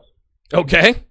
Because all the stuff incels are talking about it's just, oh, women are evil, women are that, women are whatever. I mean, we all know there's a lot of hoes out there and all that stuff. Right. There is decent women. And as you said once in another show of yours, game is essential. Yes. As well as having luck, working out, having your shit together and everything like that. And I consider myself a MGTOW monk. I don't know what your opinion is about MGTOW monks, but to be honest, I went monk mode not because I had no success with women. I had a lot of success with women. There you go. Right. But there was a time in my life where and I don't want to preach or anything like that. Everybody has to know his shit and all his stuff. Okay. But I found God in my life, and He changed my life. Okay. And, being promiscuous is not good to me. So, I'm not judging anyone who has casual random sex or anything like that. Right. But this is a choice that you've made. But I changed my life, So that's a choice that you've made. And it's interesting, and thanks for the call, Ray in Germany. This is one thing that I pointed out in episode 528. And I really wanted to make sure that I drove this point home. If you are a man and you have never had success with women, you can't say the juice isn't worth the squeeze, right? That's another qualification of a fake MGTOW. A real MGTOW, a real red pill guy, has had success with women, and he's decided, you know what? It's just not worth it anymore. I've had plenty of sex with plenty of women, right? I've been through, I've witnessed the pitfalls of committing to women up close and personal. I'm at a time in my life where it's just not worth it for me to pursue sexual relationships on any level with women. It's just not something that I want to do anymore. And listen, man, like I said, I cannot say I blame guys who have experience with women. And guys, again, I've had plenty of experience with women. I am qualified to say that the juice isn't worth the squeeze. You can't tell me the juice isn't worth the squeeze if you've never had the juice. I'm not trying to hear that. Okay, let's go to area code 404. Area code 404, you're on live with Donovan, and you go ahead. Hey, Donovan, it's Chase LeBeau. How you feeling today? Chase! What's going on, Chase? How you doing, man? Man, I'm doing great, man. Just decided today, you know what? Let me work on me today and then work on some self-improvement for myself. Good stuff. It's good to hear from you, man. Listen, for those of you guys who don't know, man, Chase LeBeau, longtime follower, of mine. Like, you've been there, dude. You've been there since I was even on SoundCloud. So I greatly, greatly appreciate you calling in, man. What's going on with you? Oh man, listen, as you know, I got my studio appointment. I'm looking to get my trucking soon. Okay. Yeah, and I also could call to remind you, hey, I need those Amazon links for your gym, man. Yes, I will. I'm glad that you reminded me. I'm glad that you reminded me of this. Within the next week or so, I'm gonna have Devin create a web page, and I'm gonna have all of the links to all of my gym equipment and all of my studio equipment. I am an Amazon affiliate, and I'm going to put all of the affiliate links in there. So if you guys want a gym like mine, or if you want, if you want to know what kind of equipment I use for podcasting, all of that will be readily available to anyone who is interested. All right, cool. And I do have a question. Sure. So back in my blue pill, red pill rage days, I would get into it with a lot of my exes. And I have, by me being passive for most of my life, I do have a temper problem. And all of a sudden, I blow up. So my question to you is, how do you keep that in check without looking like I'm out of control and having women clowning me? So your question is, just given that you sometimes lose your shit with women, how do you keep that in check with women? Perfect. Correct. Yes. Okay. Yeah, this one, it's simple. There are two very simple answers. They're not easy, but it's simple. Number one, just like you actually alluded to, don't get into it with women, right? Don't argue with women. Don't only have discussions. Devin and I, we have disagreements. We don't argue. And the reason we don't argue is because I wear the pants in the relationship.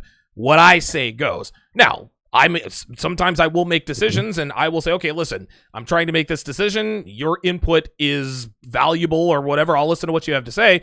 Then I make the ultimate decision. We never have an argument. Well, I want to do this and you want to do that. Well, no, it's never like that. So never argue with a woman. Now, when you're talking about an ex-girlfriend, just don't argue with them, man. Don't get into it with women at all. If you see that she's starting to run off at her mouth, you have to ignore her. Because here's the thing, Chase. When it comes to arguing with women, it is a lose-lose situation. It's just, there's nothing to be gained by arguing with a woman. I actually did a show called 7 or 8 Reasons Why You Should Never Argue with Women. So my advice to you, to keep yourself from losing your shit, is A, don't argue with women, and B, if she starts in on you, if she starts talking shit, just ignore her, man. I'll give you the last word.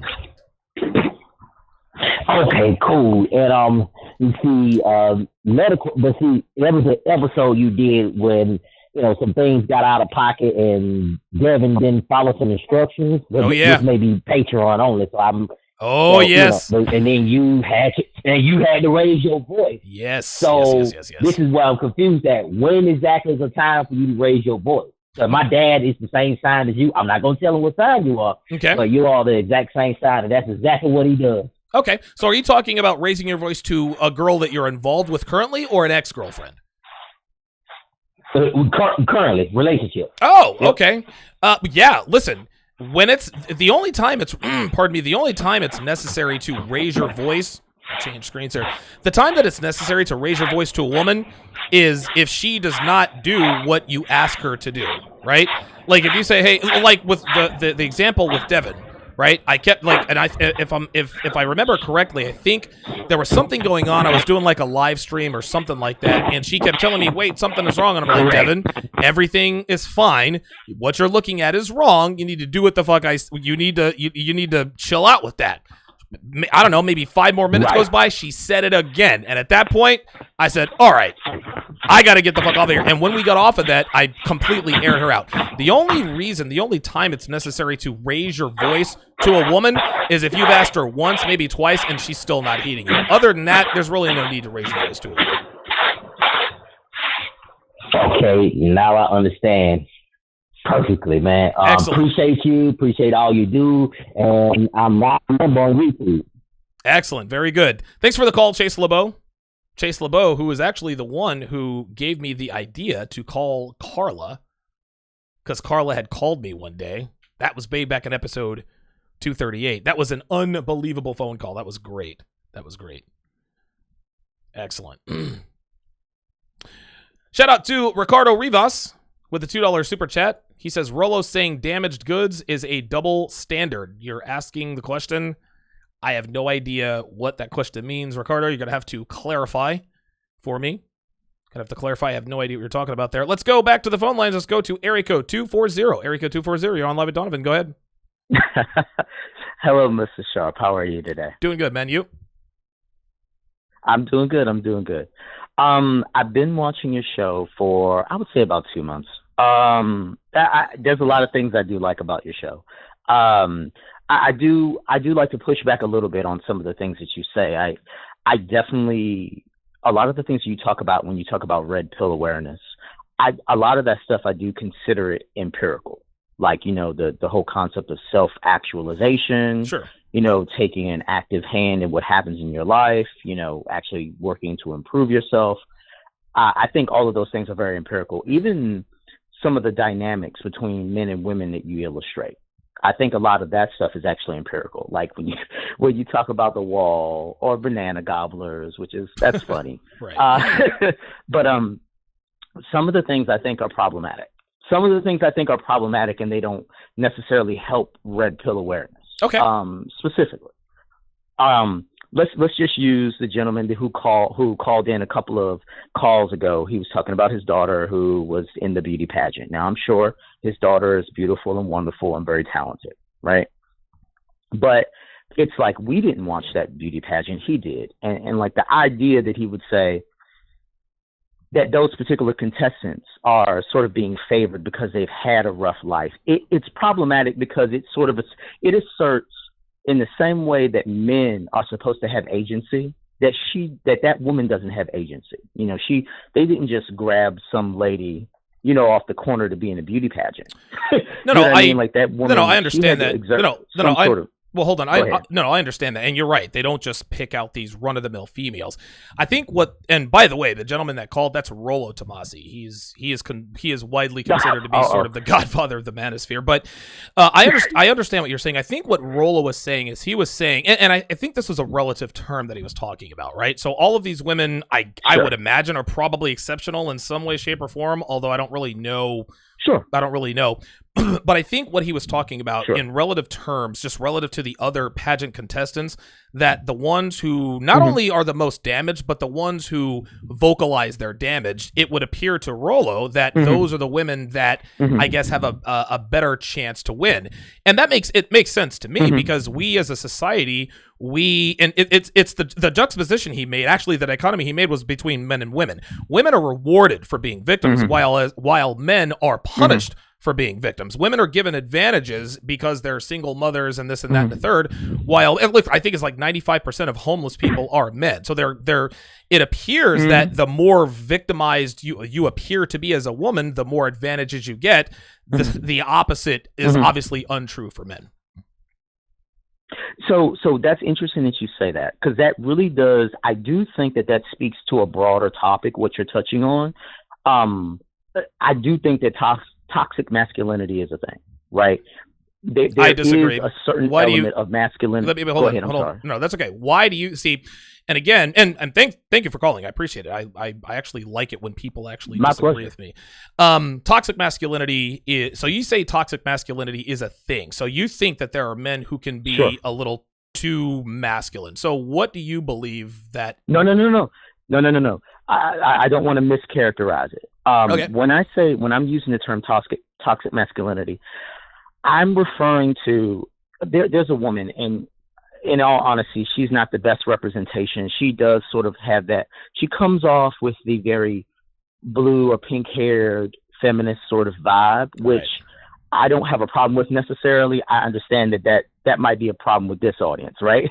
But she did mention something that I thought was very telling. She was talking about an unrelated topic, and I think it had to do with abortion, but she made the argument that, feminism is not necessarily about women becoming, the dominant gender in that sort of dichotomy. It's also about freeing men of sort of the certain aspects of like that interaction between men and women that are damaging, that don't necessarily help men, and sometimes can work in the reverse. So when I say that, when I'm talking about toxic masculinity, I'm saying that automatic assumption that because that man is damaged, that's held up as a negative, and then vice versa with a woman, that's part of that problem. It's part of that sort of preconditioned notion that we as men and women, sort of the way we view the other gender, that can be damaging that way. Does that make sense? A little bit. Go ahead. In other words, to explain it another way, the fact that we react in the opposite way, depending on what gender you are, to me, that's the underlying problem there. Okay, now now I'm going to push back, right? What men and women have to understand is that men and women are very, very different from one another. Men and women react very differently to different situations. And as far as the whole victimhood thing is concerned, to really just kind of boil this down to in layman's terms, women are rewarded for being victims while men are punished for being victims. And listen, I'm not here to decide who's a victim and who's not. I couldn't care less. I'm not really a fan of the victimhood mentality. Yeah. But in terms of the social constructs and things of that nature, this woman who's talked about feminism, well, feminism isn't exactly about, actually it kind of is. And one thing that men should now start to understand, especially if you're in the red pill community, don't listen to what women say. Watch what they do. Feminists, women who actually call themselves feminists. Well, feminism isn't about making women victims, really. And the hashtag #MeToo movement did not make every female victims. Well, feminism isn't about removing the sexual constraints from women and placing them on men. Really, that's why we have false rape accusations. This is why we shame sluts, or this is why we praise sluts and shame studs. So again, this woman can say whatever she wants about what she believes feminism is or isn't. I'm sorry. One question. I don't mean to interrupt you. That last part I didn't catch. You said why we shame studs and praise sluts. That's exactly right. Mm-hmm. Okay. So, all right, please continue. I didn't. Yeah, that was it. Let me just ask you a quick question here, because I've got other callers. You say you agree mostly with a lot of the things I say. Let me just ask you a question flat out. Yeah. Do you agree with feminism? Well, no. This is a yes or no question. Caller. Well, hold on. Wait a minute. This is a yes or no question. Or actually, you know what? I'll paint it with a broad brush. So you're listening to obviously a red pill show, right? And you've told me, well, there are some things that I agree with and then some things that I disagree with. It would appear just in this short interaction that you disagree with most of what I'm saying. And that's, if you disagree, that's fine. I don't care. You're well spoken and you're respectful. I wish that I actually had people who disagreed with me, make their points as eloquently as I am. But I really want to know who and what I'm dealing with. What are your thoughts on feminism? Absolutely. What do you believe feminism is or is not? Absolutely. Not a problem. To put it concisely, feminism is the movement to be able to create an environment where women have as much equal opportunity as men, not only in economic scenarios, but also in social scenarios as well. So when a lot of the time, and this really hits to the crux of my biggest issues. Like, a lot of the things, I think I generally do agree with what you're saying. The problem that I have is you take certain things that are empirical, that I can look back and say, you know what, I can totally agree with that. Here are the examples of that. But sometimes your analysis on where the root cause of that, to me, is gurgled. It's misrepresented. Like, well, I think a lot of the time, a lot of the things that you're referring. Go ahead. Well, I think that's just a fundamental difference between you and me, right? Like, okay, so you think my analysis, so you think that my analysis is wrong. Okay, that's fine. You can think that. But I think that there are just some fundamental differences between you and me. And let me challenge your other point. Let me challenge your other point. Right. You believe that feminism is about creating equal opportunities for women in the workplace and employment, all this other kind of stuff. I would agree with you. That's as well, yeah. So, well, whatever. That's the way it started. But feminism has now been mutated. It has been so bastardized. And I'll put it to you like this. Women who live in the United States of America, they live the best lives of any class of human on earth. yet they still want more. 67% of the workforce, caller, are women. Women, dude, 3 out of every 4 people who have 4-year degrees are women. There are more women in college than men. So women are more educated. They make up most of the workforce, yet feminists are still bitching and moaning about equal opportunities. And as far as this whole pay gap is concerned, there is no pay gap. If you are as experienced and as tenured as a male coworker, you are going to make the same thing. So I would submit to you that I agree with you. When feminism started, I think there were some things in there that really could benefit women. But because of the way it's been sort of, I'm looking for a word. It's been sort of, it's metastasized. It's been bastardized. Yeah, it really has been. It's really been taken in the wrong direction, and that's why we have guys like me. Without extreme feminism, without second or third wave feminism, guys like Donovan Sharpe would never exist. I'll give you the last word. Yes. And that is the sort of Rosetta Stone of where I'm going with this. When it's very easy to sort of make an argument about feminism in general when you utilize representatives of feminism that are still very much on the outer fringes of what third wave feminism is not as, I don't believe, is as general as what you would like to argue, right? Well, look around us, isn't it? Well, isn't it? Like, think about it. Like, no, I genuinely don't. It would be equivalent. Let's just make the argument. It would be equivalent if we were to make the assumption that certain ethnic groups were, without naming names, were predisposed to terrorism, right? When we understand that the conversation is a lot more nuanced than that. Right. No, let me interrupt you. Well, hold on. Let me interrupt you. Now we're talking about race. And this is what feminism has done. Feminism has brought in extremists, as somebody says here in the chat, Tom Brokaw. Then we have people who sort of co-opt feminism and then bring in no. Feminism is, to me, the issue with feminism is the difference between men and women. I don't want to use an example where I say, well, this particular race, they're more genetically or whatever predisposed to XYZ behavior. No. You can't make that assumption about one race. Now, environment and upbringing does have to do with that, but there are basic fundamental biological differences between men and women, and this is why. And and thanks for the call, Acre 240. I have to cut you short. This is why a lot of people watch my show. And 240, call back anytime. I like that guy. This is why so many people like my show. Is because the breakdowns, my analysis are spot on. It's not based on any sort of preconceived notion. This is not only is this biology in Mother Nature, we see this all around us every day. This is exactly why men who take the red pill and digest it, this is why they're like, oh my God, my mind is blown. No, their mind isn't blown. Guys like us give you guys permission to vocalize what you already knew. Well, how could I already know red pill truth? Nobody told me. You were born a man. And when you are born a man or a woman, there are certain things that you know fundamentally. You don't have to teach a girl at 14 years old that men like pretty girls. They know this based on their biology and by the way men are treating them, right? So again, the reason why a lot of guys love my show is because I accurately break these things down. Good call by area code 240. He and I fundamentally disagree on a lot of different things. He can call back anytime.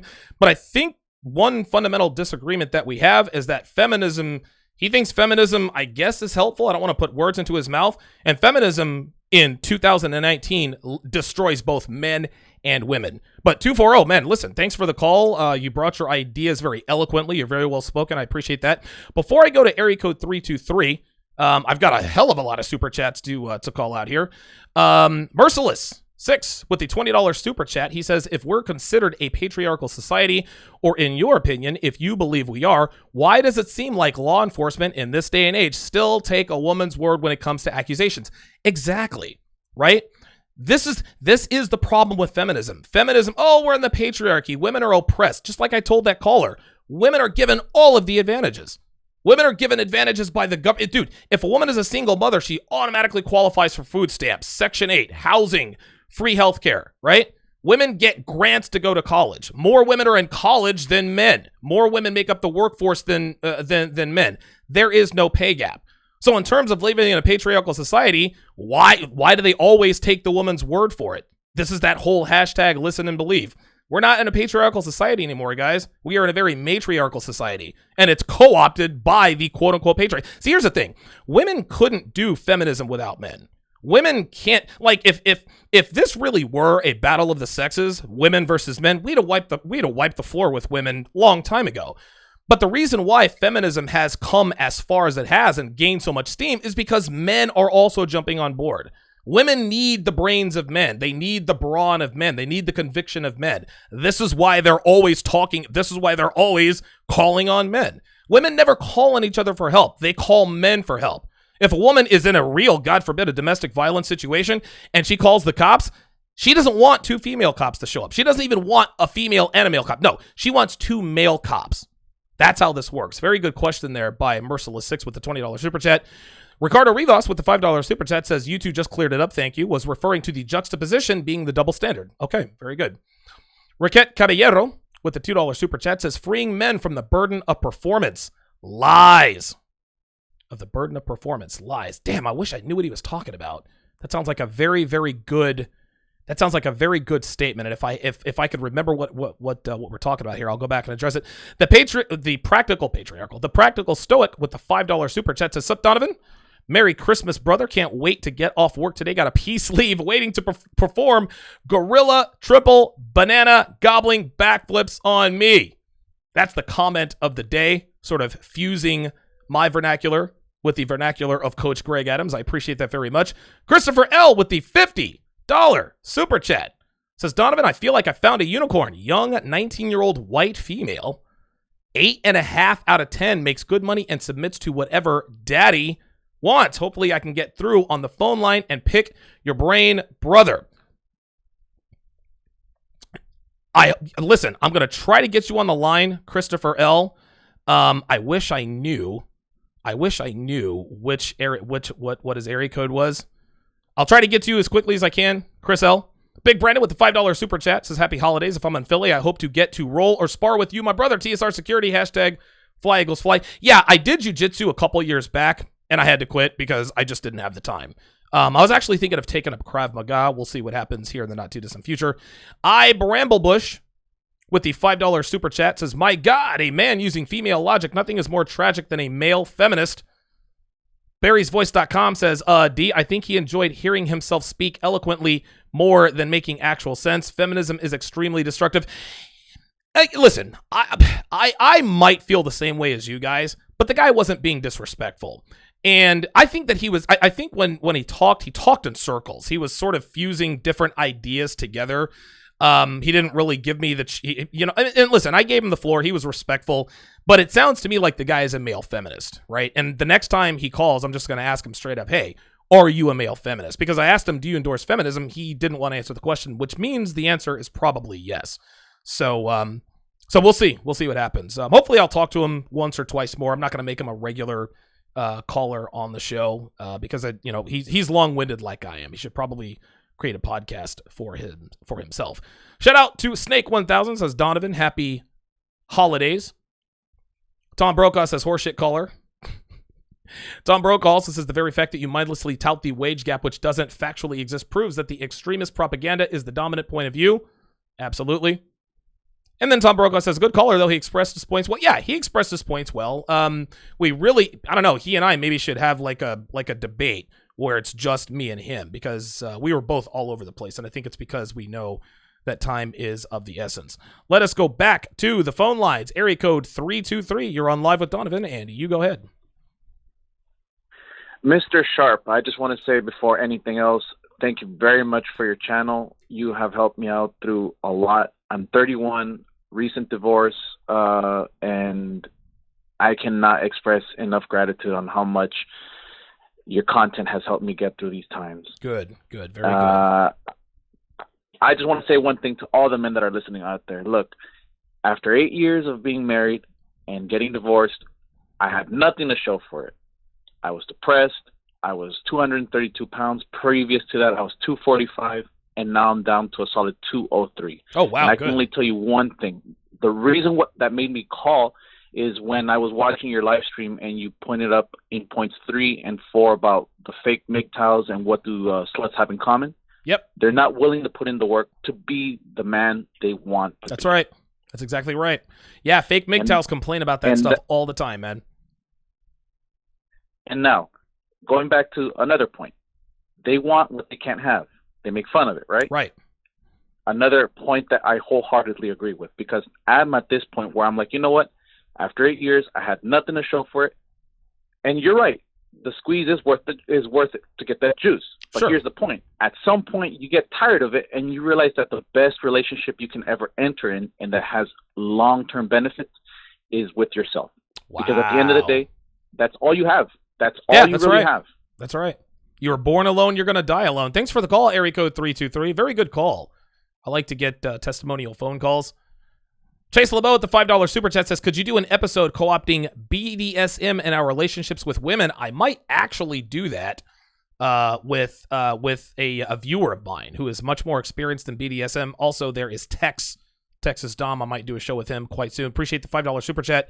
Chase LeBeau. Christopher L. is area code 336, as he so eloquently told me in the super chat with his $2 super chat. Chris, is this you on the line? Hey, am I on? You are on, man. Okay, cool. Hey, Donovan, man. Hey, first of all, I just want to appreciate everything you do, man. Because Absolutely. Thank you. There's a lot of guys out here that don't know what's going on. And until you find the red pill, you're not really living it.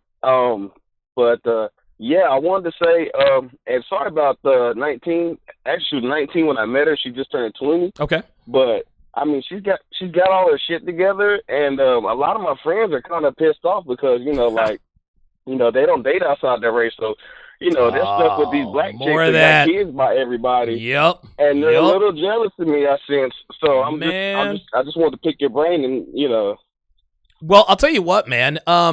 In the essence of brevity, I'll tell you what I will do. I'm going to do two things for you. What I need you to do, I want you to send me an email detailing what's going on with your girl. Send that to tsr@donovansharpe.com. After you send that to me, you've donated $50, $52 in the super chat. I'm going to give you a free copy of How to Build a Quality Woman from the Ground Up. This will help. Oh, shit. Absolutely. This is a $54 value. I'm going to give this to you absolutely free. This is 7 hours of game knowledge.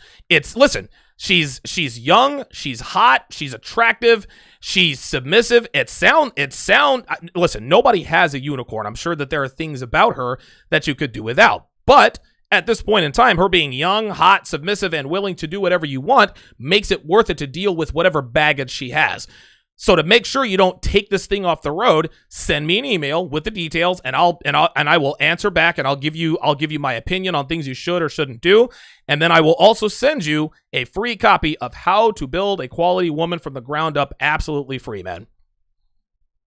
Okay, good shit, man. I appreciate it. And also, I just want to say, I'm 33, so like I said, a lot of my friends, they'll be like, you're too old for her. But she'll tell me in her own mouth, that's like one of the most attractive things about me. My age difference. Yep. Listen, man, guys, older men, and older men, and thanks for the call, air code 336. And again, tsr@donovansharpe.com. That is tsr@donovansharpe.com. Send me that email. Younger girls have always, women are never really aroused by guys their age. The only time women are aroused on the regular by men their own age is when they're in college. And even then, the freshman girls are fucking the seniors, right? If you're an 18-year-old freshman as a girl, you're fucking the 22, 23-year-old seniors. Freshman girls in college aren't interested in other freshman guys. They're not even interested in sophomores. So younger girls have always been more attracted and sexually aroused by older men because older men just have their shit together. J-Lo famously said that most men are useless before 33, and she's not wrong. She's not wrong. This is why we have to use our first 33 years to get our shit together. Let us go to area code 508. Area code 508. You're on live with Donovan, and you go ahead. Hey, Donovan, how you doing, brother? Happy holidays. Yeah, thanks. You too, man. Awesome. I originally wanted to call in and make a statement about the original topic, which was incels and thoughts.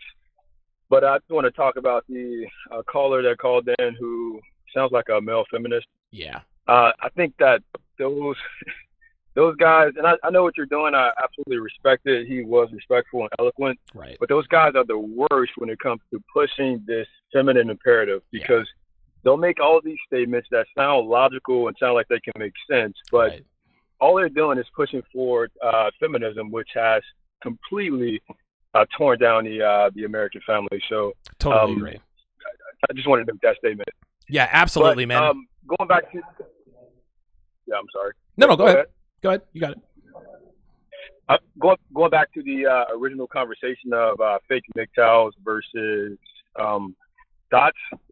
I think that fake MGTOWs are the incels, and they're fake by definition. If you define yourself as something that cannot exist, which is involuntarily celibate, then you're fake.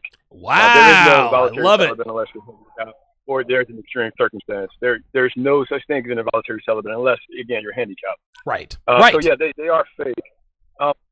And the thing that I've noticed is that in the red pill community, for red pill aware men, what percentage of men would you say, Donovan, are represent in the U.S.? What percentage of men represent what in the U.S.? The red pill community, or men that are red pill aware. Oh my God! For every 100 men in the United States, I would probably say that 20% of them, I think 1 out of every 5 men, are red pill aware. But I think that 1 out of every 20 actually live the red pill life. This is why I've coined the phrase 5%er, because there are a lot of men who are aware of the red pill. The caller, area code 2240, obviously he's well aware of the red pill, but he doesn't buy into the red pill, obviously. I think that guy is a male feminist. If he calls back, that's the first thing we're going to ask him. Listen, are you a male feminist? And I agree with you, not to get off on a tangent, but I agree with you. A lot of the things that he said seemed to make sense, but it just sounded like he was talking circles, right? He's a lot like myself. He rambled on and on about something, and we couldn't really talk about the points, as it were. But it's my assertion that that guy is a male feminist. I don't believe that he endorses anything that I talk about, because he didn't give me any specific examples. He just says, well, you're extreme in your analysis and this and that and the third. He can say whatever he wants about my analysis, and that's his right to think my analysis is wrong. But this is what I meant when I said that's a fundamental difference between me and him. He is a male feminist, and I absolutely am not. And I think that's where the disconnect comes as far as our thinking is concerned. So he's welcome to call back whenever he wants. I'll put him right through. But it's weird, caller, not to ramble on about this, but it took me a while to figure out, because I try to give everybody the benefit of the doubt, right? Anytime somebody calls me and says, yeah, I love your show, and I agree with most of what you talk about. So now all of a sudden my antennas are up, because anytime somebody says, well, I agree with most of what you say, they're not going to talk about that. They're going to talk about what they disagree with. And when they say I agree with most of what you say, that's not true. I don't believe that area code 240 agrees with anything I've said, because when I asked him straight out, hey, listen, do you endorse feminism? He didn't answer me straight up. So, and listen, that's his God-given right. He listen, call into the show. If we can certainly have a difference of opinion, but I think that's what it was. I think area code 240 was definitely a male feminist, and I think the reason why he called the show was maybe to try to infiltrate. Listen, infiltrate all you want. Call back in. We'll and when and if we ever debate, we're going to debate at one point at a time. I don't want to let him get away with sneaking that stuff in there. But yeah, in terms of men who are red pill aware versus men who actually live the red pill life, I think that 1 in 5 men are aware of the red pill, because the internet is vast, right? There's red pill content all over the internet, but 1 out of 20 men actually live that red pill life. I'll give you the last word. Yes, sir. I think you're absolutely correct. I think 5% is a good number. I originally brought this up, I'll be quick here, was because there's such a small percentage of us. I hate to see the infighting amongst, I would say, the fake MGTOWs and just red pill aware men that pursue women. I think you can go too far on either side. On the MGTOW side, with the fake side, with the incels, they're too far on the, I don't need women at all, whatever the case may be. Right. But I think on the red pill aware men that pursue women, folks can go too far on that side as well, when they just continuously seek female validation and everything is about females. So I just hope that both sides will come together and realize that we're fighting a fight against a large percentage of the country, so we should be working together with this true 5%. Absolutely. And thanks for the call, area code 508. Yeah, and listen, I'm as guilty as anyone of feeding into the infighting shenanigans. That's why I did the show with Coach Greg Adams. It doesn't do anybody any good listen, feminists like to fight amongst themselves because they're, well, feminists, right? And they're women. Women fight each other all the time. But we as red pill aware men, there's no need for us to be throwing jabs at each other, right? The whole Anthony Johnson versus Rollo Tomasi thing, that sucks because I'm good friends with the both of them. The manosphere lost when those two had their public, dismissal of one another. I think that the manosphere is much better for men when we are together. We're all good. Now, listen, we're not all going to do things exactly the same, but we all have the same goals and we all have the same mindset. We understand that feminism is absolutely a poison that destroys both men and women. Maybe one guy does it differently than this guy. That's all well and good, but I don't think that we should be at war over some of those fundamental differences. Big thanks to Paul M with the $50 donation via the TSR donation link. He actually sent that to streamlabs.com/Donovan Sharpe and the number 1. So appreciate Paul M with the $50 donation. Big thanks goes out to Raquel Caballero with another $5 super chat. He says, feminists who want to help men by eliminating the BOP lies. Women will not desire men that do not perform. That's exactly right.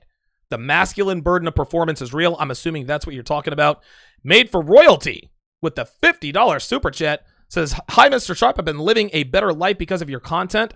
I'm actually creating a podcast because I'm long-winded as well. I subscribe to your Patreon, and I have trouble getting the player game. How to build a quality woman. Send me, Made for Royalty, send me an email, tsr@donovansharpe.com, and I will absolutely positively get that cleared up for you. Big Brandon with another $2 super chat says, I got you. I coach BJJ as well. Okay, very good. Listen, man, I've got a mat in the garage, man. But we can do it right here at the TSR gym. All right, let's go back to the phone lines. Let's hit area code 828. Area code 828. You're on live with Donovan, and you go ahead. Hey, Donovan, it's Chris. We actually met in Body Language Mastery Quarter 3. Ah, good stuff. What's up, man? Hey, man. First of all, I just wanted to say I've been binge watching your show since then, and good. It is absolute gold. It's really, really amazing stuff. And I just wanted to get your thoughts, actually, on kind of this crazy plate I had, because I just learned a bunch of information about her. Uh-oh. And, crazy. During Body Language Mastery Quarter 3, I had a plate. She's 33. Pretty hot, really beautiful butt, Filipina, nice body. I met her on Tinder, and, everything kind of seemed okay on the first date, but I did notice she was pretty aggressive. So about an hour and a half into the date, she was already talking about, let's go back to your place and stuff. Oh boy. So, we did the deed that night, and then she was saying a few things, like kind of mentioning her ex and how he's older, and I'm like, right there, I was like, I don't care about your ex, don't bring him up again. Good. Very good. And then so then about a week later, I don't know, 4 days later, she hit me up again. She was like, hey baby, meet me at this restaurant, My Treat. So I get there, and she bought me like this $30 steak, man. Wow. And she's listen, just real quick. What she's doing with you right now is what we call love bombing, right? She's giving you the best of everything. Yeah. She's giving you the best sex, buying you shit, buying you steak, all kinds of stuff. So yeah, she's love bombing you. Please continue.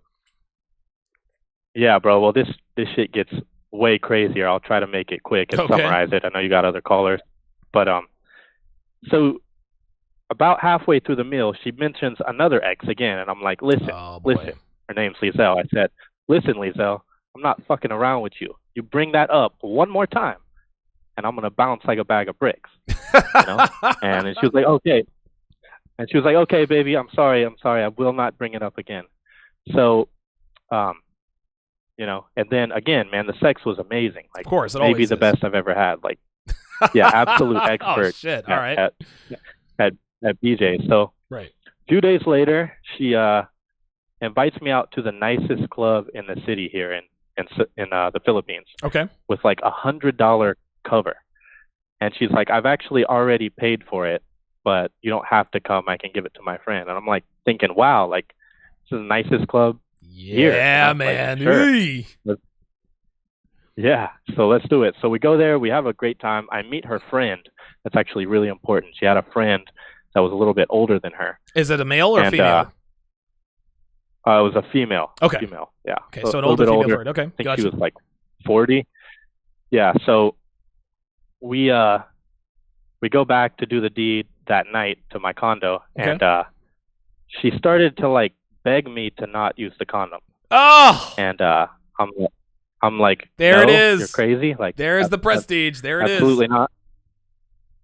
Yeah. So we used the condom, and then we woke up the next morning to do it again. Right.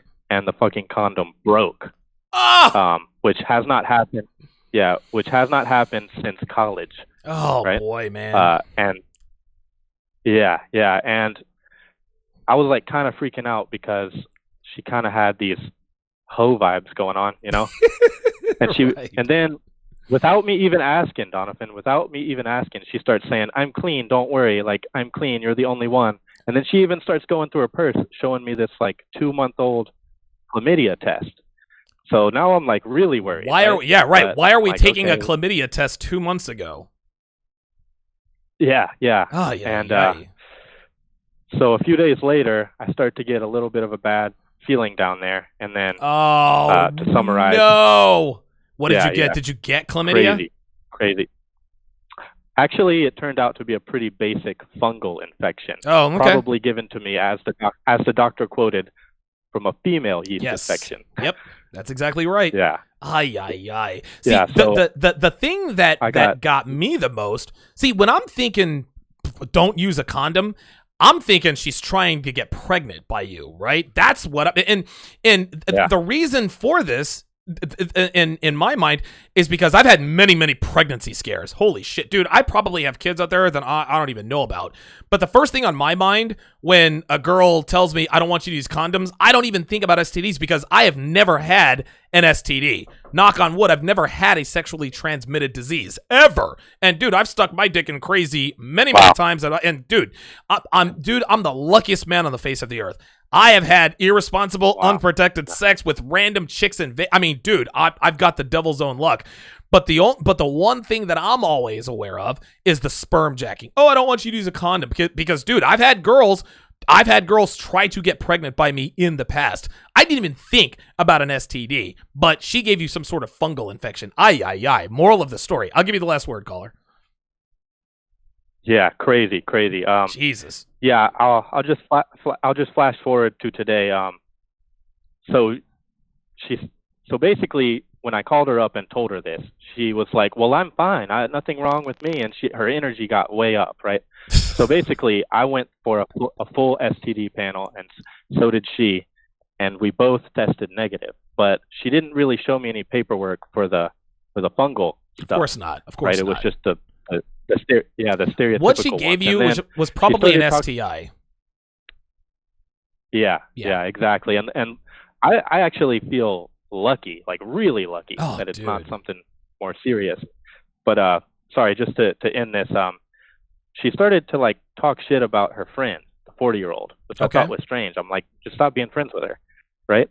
So then her behavior got a little bit worse, and oh, by the way, she would go on these like week-long trips, despite being having a daughter. I found out later she'd go on these like week-long trips to Taiwan, or to Italy or wherever. And right. Yeah, so she invited me out the day before she was about to go to Thailand, and again she bought me this like $50 steak. But then she was like, "You remember that Spanish guy?" And I was like, "Yeah." And she brought him up again, and then I just got up and started walking out the restaurant. And and she was like physically hanging on to me, crying and begging me. Then she showed up at the apartment trying to like convince the guard to let her in. But anyways, I'll end with this. Turns out that she has a partner who's 30 years older, who she still lives with, her boyfriend, who gives her an allowance. Wow. She has another 50-year-old. She has another 50-year-old German man that she was meeting in Thailand who Holy gives shit. her another. This is why, listen, this is why she was able to allowance. buy you $30 steaks and get you into clubs with a $100 cover. Holy shit, man. Oh, my God. Yeah. Wow, what a So she's story. got 2 men. Yeah, bro. 2 men giving her allowance. And I found out because she had a falling out with her friend. And she actually grabbed her friend's phone and took control of her friend's phone and blocked me from her friend's phone. Wow. So her friend was like, why the fuck would she do that? So she unblocked me and contacted me. And I was like, I don't have a problem with you. She does. And I showed her the screenshot. Jesus Christ, man. Yeah, I guess, last thing. I just wanted to touch, I think everyone should travel. And I do think the women overall are better outside of the U.S. Good. But this crazy idea that you can come, to a foreign country and be blue-pilled, nah, brah. The last thing you want to do is come to one of these foreign countries as a blue-pilled man because these women are absolute savages, bro. They are absolutely crazy. Thanks for the call, area code 828. Listen, man. By the way, Kyle Mitchell in the chat, he's one of my members, says she gave him fungal bacterial vaginosis. This is common. It is caused by vaginal pH imbalance. Women get bacterial vaginosis when they have unprotected sex with multiple men at the same time. Okay? Bacterial vaginosis comes from dudes shooting their loads into women. That's what that comes from, right? And it comes from multiple men because every guy's sperm is different. But when a woman has 3, 4, 5 different kinds of sperm being shot up in her, that's when she gets bacterial vaginosis. Unbelievable. So she gave him a fungal. Rollo Tomasi in the chat says she is subcontracting sugar daddies. Jesus Christ. Yeah, that's exactly what she's doing. Holy shit, man. What a story that was.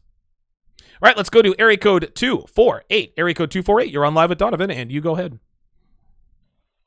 Hey, what's going on, Donovan? It's Landon from Detroit. Hey, Landon. I just wanted to first off, just thank you. I mean, I've been watching your show for about a year now, and I've learned a whole lot from it. Keep up the good work. But what I wanted to talk about, I guess there was a couple of points. The burden of performance line, I think somebody had put in the chat. Mm-hmm. I definitely want to refer that to it's really how feminism today is hyper-inflating the importance of women, especially in society.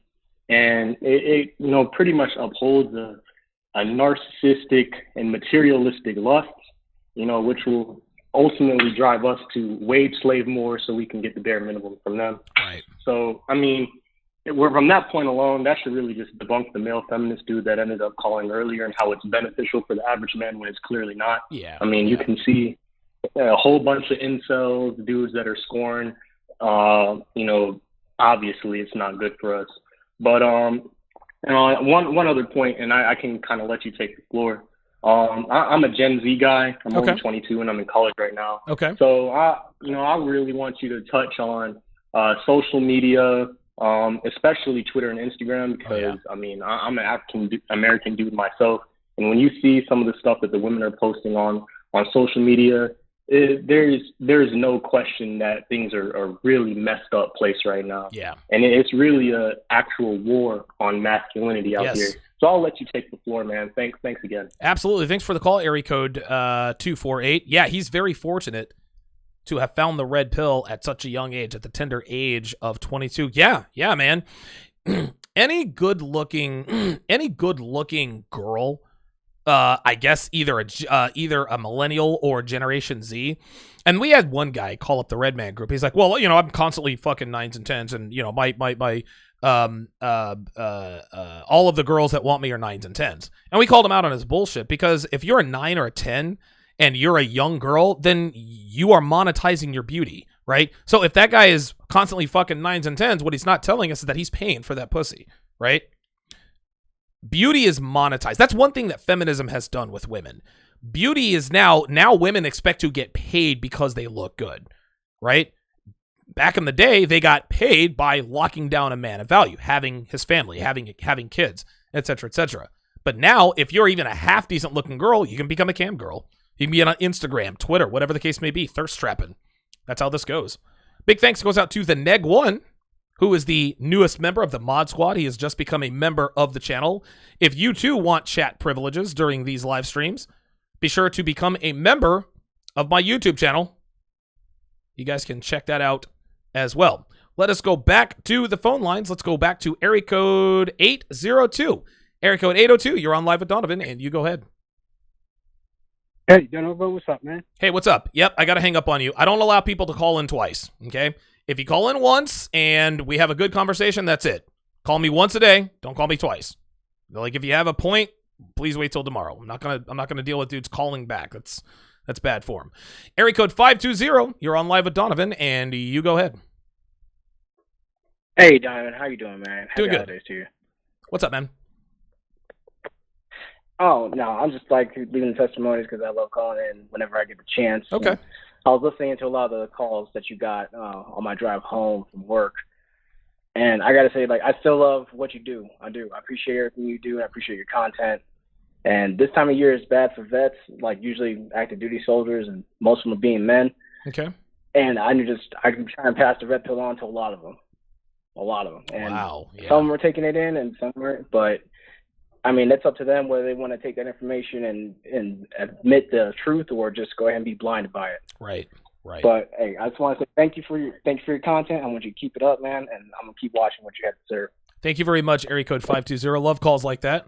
Love it when people call in and tell me that I'm helping them out, changing their lives, etc., etc. Let's go to area code 908. Area code 908. You're on live with Donovan, and you go ahead. Hey, Donovan, how you doing? Doing good, Love man. your work. Good, thank you. I just wanted to call in and broach the topic about incels and these voluntarily celibate guys. Okay. And I think you have a misunderstanding because as a high-value man, I'm very successful. I'm handsome, 6 foot tall, six-pack abs, large bank account.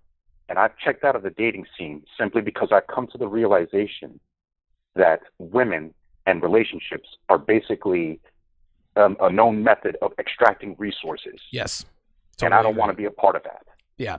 Let me ask you this, and forgive me, you probably missed the part where I made that distinction. If you are a man who has had success with women, if you are a man who has been in relationships with women, then there you go. Well, then you're definitely not. You do not fall into the fake MGTOW. See, there are a lot of guys who have had great success with women, but like you, listen, you're a high value guy and great shape, you make great money, but you have figured out, wait a minute, relationships here in 2019 is simply a way to transfer resources from women to men. That's really what this is, and you're not going to play that game anymore. Totally understand it, man. Yeah, I misunderstood you. I didn't think you got that. But No, totally agree. No, absolutely, man. And this is the thing, man. And thanks for the call, area code 908. There are a lot of guys out there, and this is why I did the show, the show with Coach Greg Adams. And this was the aha moment for me. Coach Greg Adams said, no, well, a lot of guys in here have been married, but Donovan, you haven't been married, have you? No, you haven't. And I'm like, no, wait a minute. Yes, I was actually married, right? My marriage was very short. It was 7 years, but it was very quick and painless. It cost me $12 to get a divorce. We didn't have any money. We didn't have any kids. So I got out of that relatively unscathed, right? So I don't bear a lot of the blue pill scars that a lot of these guys do. Guys who, and again, if you are a true MGTOW and you watch guys like Coach Greg Adams, these are men who have been there and done that with women. These are men who have been in relationships. They've had marriages. They've had their children taken away from them. They're paying exorbitant amounts of child support, alimony, etc., etc. Those guys are the true MGTOWs. The guy who just called area code 908, that's a true MGTOW. The fake MGTOWs are guys who talk a bunch of shit about women, but they've never had experience with women. Oh, the juice isn't worth the squeeze. Really? Well, how would you know? Have you ever had the juice? Well, no.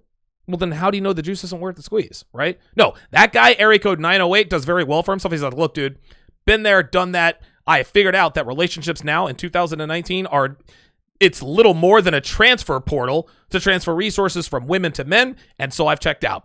Totally respect that. Totally agree with that. That guy is a true MGTOW. Fake MGTOWs are men who swear off relationships with women, but they've never had a relationship with a woman. You do not know unless you've experienced that. Let's go back to the phone lines. Let's go to area code 919. You are on live at Donovan, and you go ahead.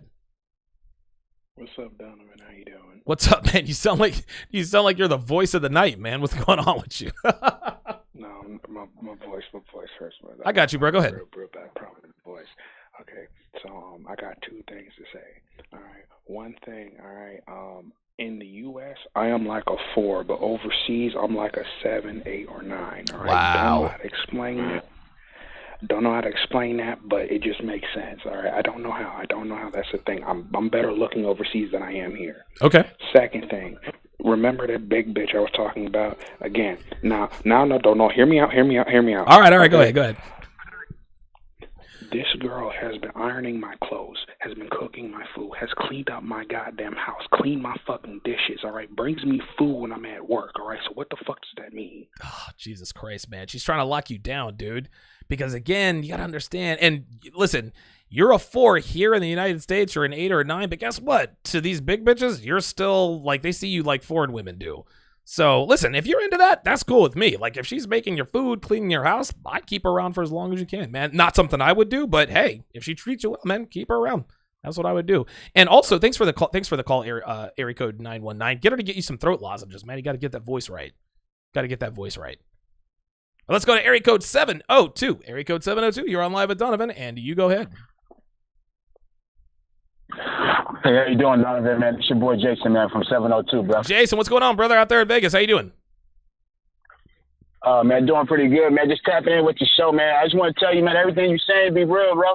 Appreciate it. I be telling these men out here, man, like, don't let this shit Let's go to area code 7. Like you always said, too, you know, life is better with women, but you got to get the right one, and you got to be able to train. That's exactly right. Like that a lot of times, a lot of these men are afraid to train. You feel me? Yep. And that's why the troubles is what they be having with the women, because they don't know how to just be like, listen, this is what I want, this is what I expect.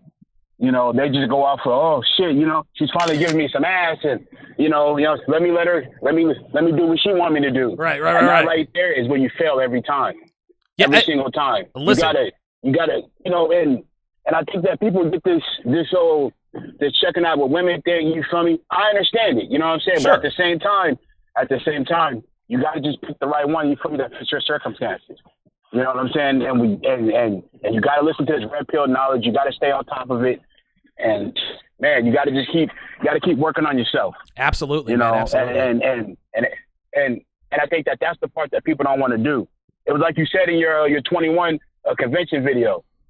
People don't want to get up at 4:30 in the morning and go do squats. Nope. They want to just sit around and be like, oh, you know, give me another piece of pizza. You know what I'm saying? And they expect for a woman to stay. But the thing is that if you always put yourself as a high value, you know what I'm saying? Even if that woman leaves, you'll always be on her mind. Period. I totally agree. Where you want to be. You know what I'm saying? Listen, I agree 100%. Oh yeah, because I think that people always go for the body first as far as like a woman, but you need to get it to a woman's mind, because remember, a woman has 2 vaginas, her ear and her. There you go. That's exactly right. Is the most important one of them all. You understand what I'm saying? No, I understand exactly what you mean. She's at, you know what I'm saying? You'll always be in her head. I understand exactly what you mean, man. Call in today, man. I appreciate what you're doing, bro. And everybody, happy holidays. And just stay focused on yourself, and eventually, you know what I'm saying, it'll all come together. Absolutely. Thanks for the call. Thanks for the call, area code 702, out there in Las Vegas, doing his thing. Yeah, listen, man, a lot of guys don't want to pay that price, man. And that's exactly what my 21 convention speech was about. My 21 convention speech was about guys who want all the benefits of being a high-value male without doing what it takes to be, of course, a high-value male. Big shout-out goes to Sigrid, who says, OMG, Juliet. Sigrid is the newest TSR mod. If you guys also want to have chat privileges and to be a TSR mod, be sure to join my channel. Listen, I'm not going to make these all members-only chats. I'll probably open up the chat maybe once a week. But I plan on doing a lot more live shows, and I love interacting with my audience. I love talking to you guys. I like seeing you guys in the chat, and that's one of the new wrinkles that I'm actually going to be engaging in here as of late. Let me shout my super chats out one more time. Big thanks goes out to Paul M with the $50 donation via Streamlabs. That is streamlabs.com/Donovan Sharpe and the number 1. J Mance, $2. Ricardo Rivas, $2. Merciless 6, $20. Ricardo Rivas, $5. Raquette Caballero, $5. The Practical Stoic, $5. Christopher L with the $50 super chat. Chris, make sure you send me that email to tsr@donovansharpe.com. TSR@donovansharpe.com, and I will get you a free copy of How to Build a Quality Woman from the Ground Up. You've got that 20-year-old hottie. You've got the 20-year-old white girl smoke show, treats you right, makes good money.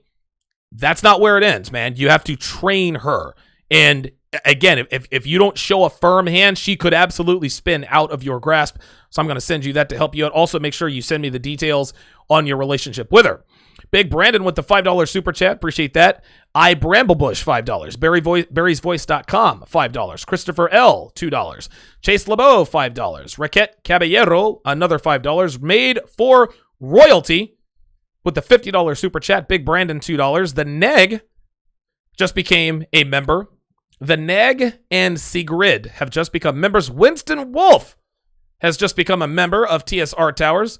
I have talked to Winston Wolf on several occasions over the phone. The guy is as solid as it gets. Appreciate that. The Neg says, I can't wait to see how many women will start paying just to read what we say in the manosphere. They're going to pay to complain. Hey, listen, man. If guys want to troll me, you're going to have to either call me or you're going to have to pay me. One way or the other. Good comment there by the Neg one. That's funny as shit. Big thanks goes out to I Am Really Joking with the $2 super chat. Says Mele Kaliki Maka. That is Hawaiian for Merry Christmas. Mele Kaliki Maka. Appreciate that. It's interesting. I Am Really Joking. I actually saw a kid who goes to the University of Central Florida who is from Mililani, Hawaii. I went to Mililani High School for 6 months, as a matter of fact. So very, very familiar with the Hawaiian dialect. I appreciate there. Winston Wolf says he called in too late. Yeah, it's I'm getting ready to go ahead and cut this off. So many thanks to all of my super chatters. Many thanks to everyone in the show. I appreciate your support. Thanks for watching, guys. We'll see you next time.